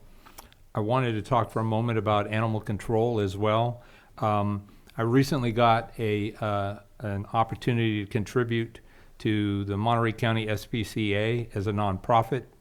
I will be doing that because I'm committed to that. But my question is, I know as a city agency, we're not a nonprofit, but it seems like a great way to raise money for underfunded or historically challenged financial programs.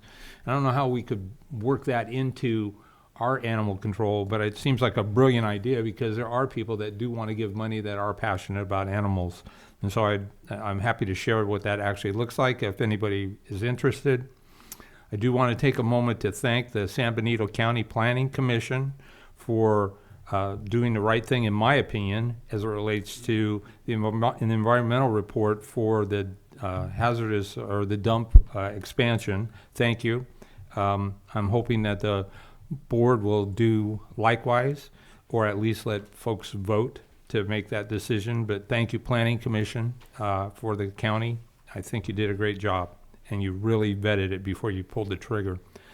Also would like to know more about what the Bulldog Boxing's needs are, because I absolutely have an appetite to find a way to help take care of some of their expenses. This county has shown a will to do that. And so I think as a council, I'd like to hear more about what that looks like. We've seen the results stand before us today, and those are the champions, but there's a lot of kids that are caught up in that, and that's a great program, has been for decades. And so I'd like to figure out how to make that even more successful if we can as a council. And I know they're a nonprofit, so. Also would like to have an update on the SNP bus. That kind of thing just caught me by surprise. And I'm not really sure what the contract is versus what it was before, but I understand their passion. I also understand why when you're going to spay or neuter an animal, that's the perfect time to give them the vaccinations as well. And so I would like to know more about that, because I would like to support to some degree if there's a challenge. I think there are ways to get to a better position if I could clearly understand what our current position is as a city. And then finally, I would like to ask this council to consider creating an ad hoc committee for cannabis, and I would like to sit on that committee, and I would also suggest that Councilmember Morales, if she has the capacity, be involved in that as well. And so that will complete my comments for tonight. Thank you, Mayor. Okay. All right, Councilmember Perez. I agree with Bulldog Boxing. Also, I'd like to see if we could switch positions with AMBAG with Dolores Morales. What else did you said something else? Oh, the SNP bus. Yeah, I'd like to hear more about that too. Okay. All right, Councilmember. So I attended a couple of different events. One was by an organization called Proximity, where they had are celebrating diversity and talking and normalizing conversations about race. So just want to say that they did a phenomenal job. I hope February, I want to say 2nd of 2025 is their next event. I hope that we can help promote that event next year. Also, there was an event by the Hollister High School on robotics. There was employers and high schoolers that demonstrated their skill sets. That was very nice to see kind of our community show up and support them. Also went to a swearing-in ceremony for new leadership for the San Benito Lodge number 211. I just want to say that I was kind of embraced by the community, kind of like a community hug. It was such a beautiful and loving environment. In all my years in community service, I've never experienced anything like it. So I just wanted to say thank you to their leaders and learned about their services. We hope we can partner in the spirit of serving our community in their act of their love language is act of service. So that's beautiful. I think we pair very nicely. I also wanted to wish the community a happy Lunar New Year, which is February the 10th this weekend. And also February marks the Black History Month. So I hope we can also celebrate. I don't know if we do a proclamation or I don't know what we do as a city. Can we do something? So that will be an ask for council to declare February Black History Month. I'm going to be asking for the council to consider having GARE, which is Government Alliance on Race and Equity, be part of the city's leadership program. And basically it's a framework for government to normalize, organize, and operationalize, looking at race equity work and the contributions of government. And as Rick had mentioned, it is really important that we align MBAG and COG. So depending on whether Mayor Casey has the capacity, we do need to align COG and MBAG. They're Wednesdays at 6 o'clock. I'm happy to take it, but if it seems suitable for you to go to that, both COG and MBAG need to be aligned. I also wanted to, again, thank the fire department, our community service department head, and all of the staff, the city manager, staff for the fire. Still hearing how people feel really supported, communication, the support, the work. We're still hearing it in the community. I also wanted to recognize members of the community, and I haven't fully identified, but I do want to do a formal recognition for the people that volunteered for that, for the fire. One in particular is Margaret Barber, but I know that there was a lot of key community players that played a role in just helping and supporting the city and just supporting our community. Thank you. So before I start, I have to ask the clerk. I asked you about a proclamation, and I didn't write it down. So if you have that, I'll go through my list, and then you can tell me at the end. Okay. So I did attend quite a few events, actually. I went to the Gavilan College Topping Out ceremony, and it's amazing that they have the framework up, and we were able to sign the very last beam and then it was lifted into place on a crane, which was pretty exciting. So they're really making progress, and so hopefully we'll be seeing a new campus before we know it. I went to an event called Indigenous Voices at the Epicenter, and it featured a filmmaker, photographer named Curdy Bassendine, who's been creating short films documenting and interacting with different tribes in California. And she shared short films that featured some of our local indigenous leaders, like Val Lopez of the Amat Mutsun tribe, Canyon Sayers Rood, and Anne-Marie Sayers of the Indian Canyon Mutsun band of Costanoan Ohlone people. It was a really interesting event, and she was actually up in San Francisco at the DeYoung Museum. She had an exhibit there before she came here and shared with us, so it was pretty exciting. I also attended the Freemasons San Benito Lodge that Councilmember Morales mentioned. I was also at that. They were installing their new officers, and it was really nice, a very formal ceremony, and it was in our iconic clock tower building, which they happen to own. So it was really fabulous to be in there and to see this. And I have to agree with Councilmember Morales that the group is incredible, and they're very welcoming, and much like the Elks and Rotarian groups, they're all about service. And I had not only the outgoing Grandmaster, but the incoming Grandmaster offer to help and volunteer, and I did kind of steer them towards Jovenes because I know they're always looking for volunteers, so you may be getting contacted by some of them, but they want to help the city. They're trying to get out there, so there's that. I did also attend the high school's technology day. It was at Strata Verde Innovation Center, and it was really incredible seeing all the students work in the robotic programs and the software programming they were doing, and then kind of going from the students' work to, they had colleges there, they had Gavilan and they had UC Merced there talking about pathways that the students could, for higher ed. And then we had businesses there. We had Technova and Granite Rock, and there was a company called Blue River Technologies that I was particularly interested in because they create robotics and AI kind of things around tractors. And John Deere just bought them, and they're looking to expand a little. So we had a nice conversation about how great it would be if they did that in Hollister. So since ag tech is something we're interested in.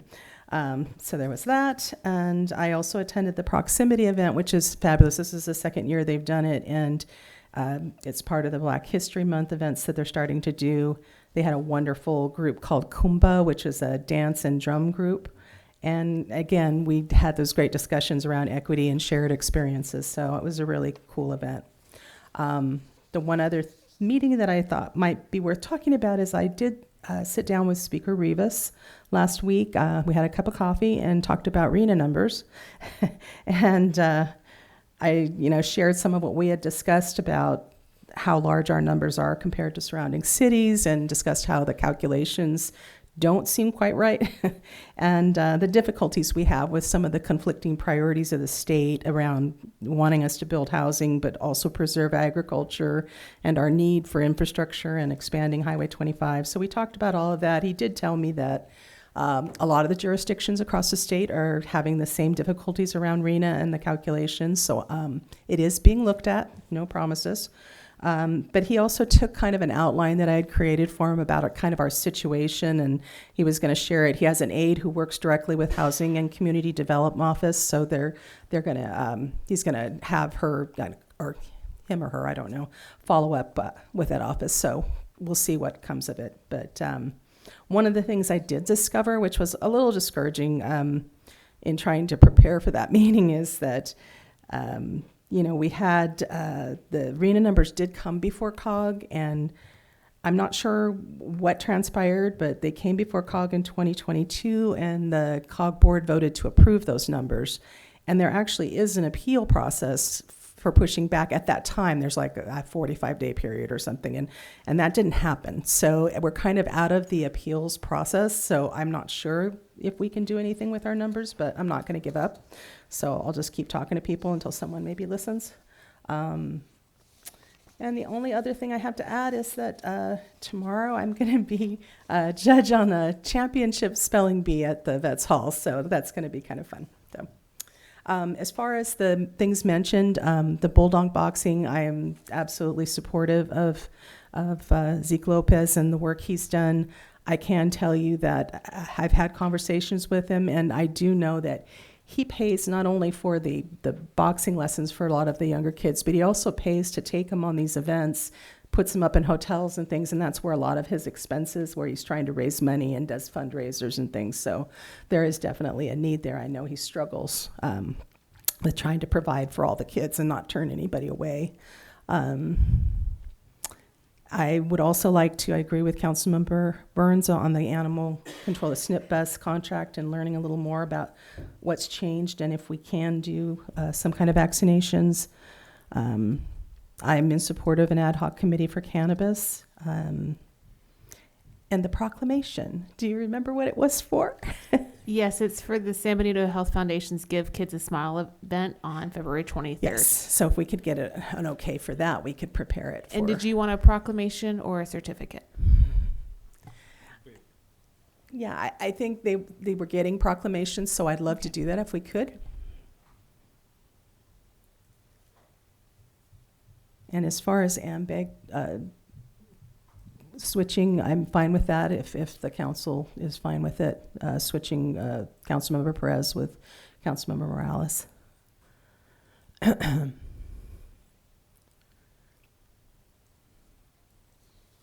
I think that's it. Okay, so I'm just going to go through my notes and make sure I've captured everything here, so bear with me.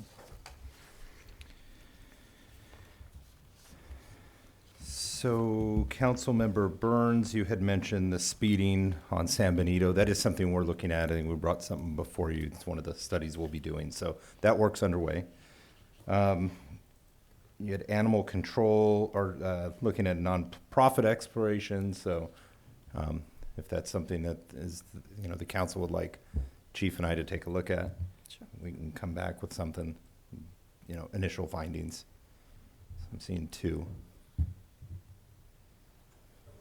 Can you remind me what that was about again?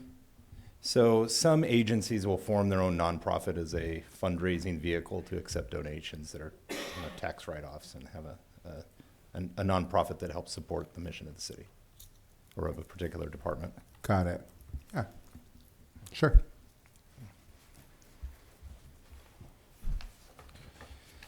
I heard Bulldog Boxing, 3 comments about it. I heard 3 comments about the SNP bus. Just to add some clarification to the comments that were made earlier, the existing contract before was March of 22 through June 2023. That contract did not get fully expended. We did do a no-cost extension to get them through the end of December. That was a contract at $3,600 per month with no vaccines. Looking right at the contract right now.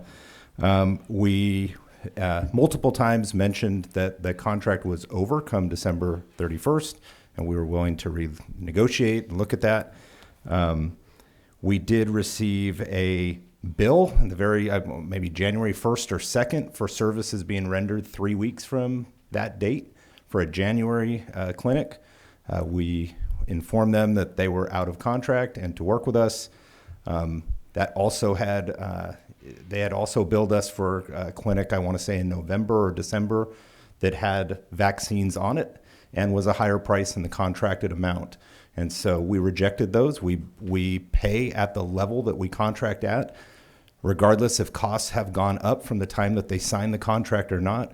We have a duty to the citizens or residents of the community to hold our vendors to the contract that they sign. So that's where that confusion came in.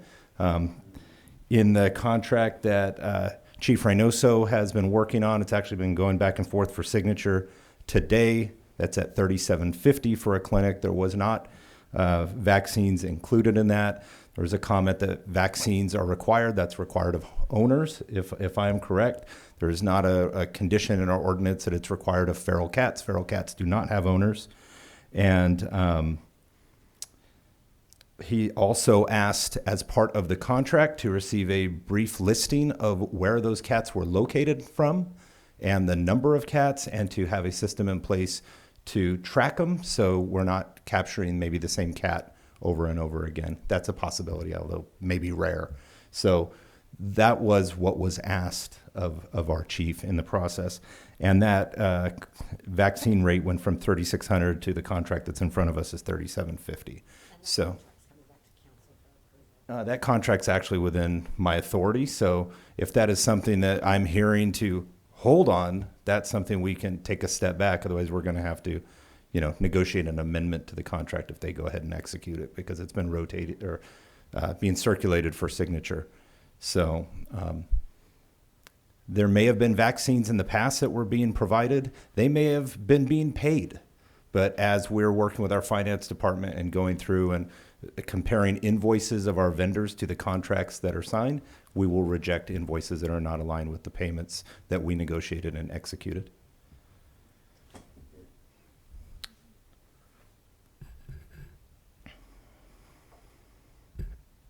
Councilmember Morales had a request to do a proclamation for Black History Month for the month of February.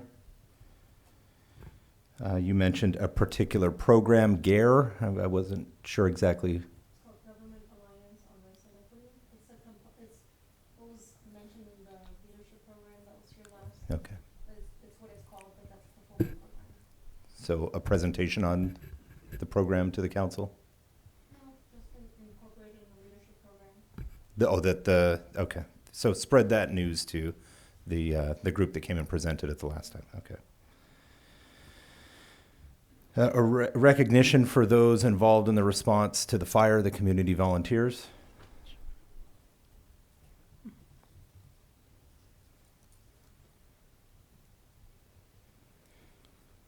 Proclamation for the Health Foundation Day that Jennifer had mentioned. Switching Councilmember Perez and Morales on the AMBAG assignment. So just to clarify, Councilmember Perez will take AMBAG, and I'm going to take his M-bag. They sound similar, but they're different. So AMBAG to Councilmember Perez, MBAG Bag. to Councilmember Morales. Okay. And then an ad hoc committee for cannabis. It had been mentioned in a previous item, Councilmember Burns and Morales, but at this point, I just heard support for an ad hoc. So if I would ask that if that is the will of the council to, is it Councilmember Burns and Are Morales? you okay with that? Yeah. Let's move ahead with that. And that is all I have for the items. A few of the other ones you had, Mayor Casey, were the third vote, so I'm going through each of yours. So that is all. Okay. Then, city manager report. Nothing to report at this time. Okay. Any, it says informational memoranda. Is that, any comments on previous requests made to staff? That's just the council project list. It's just so we don't need to talk about that. So could I get a motion to adjourn then? So moved. All those in favor? Yes. All right, motion carries 5-0. Meeting's now adjourned. Mayor, I have a quick question for you. I saw an email fly last week. I think it Recording was. stopped.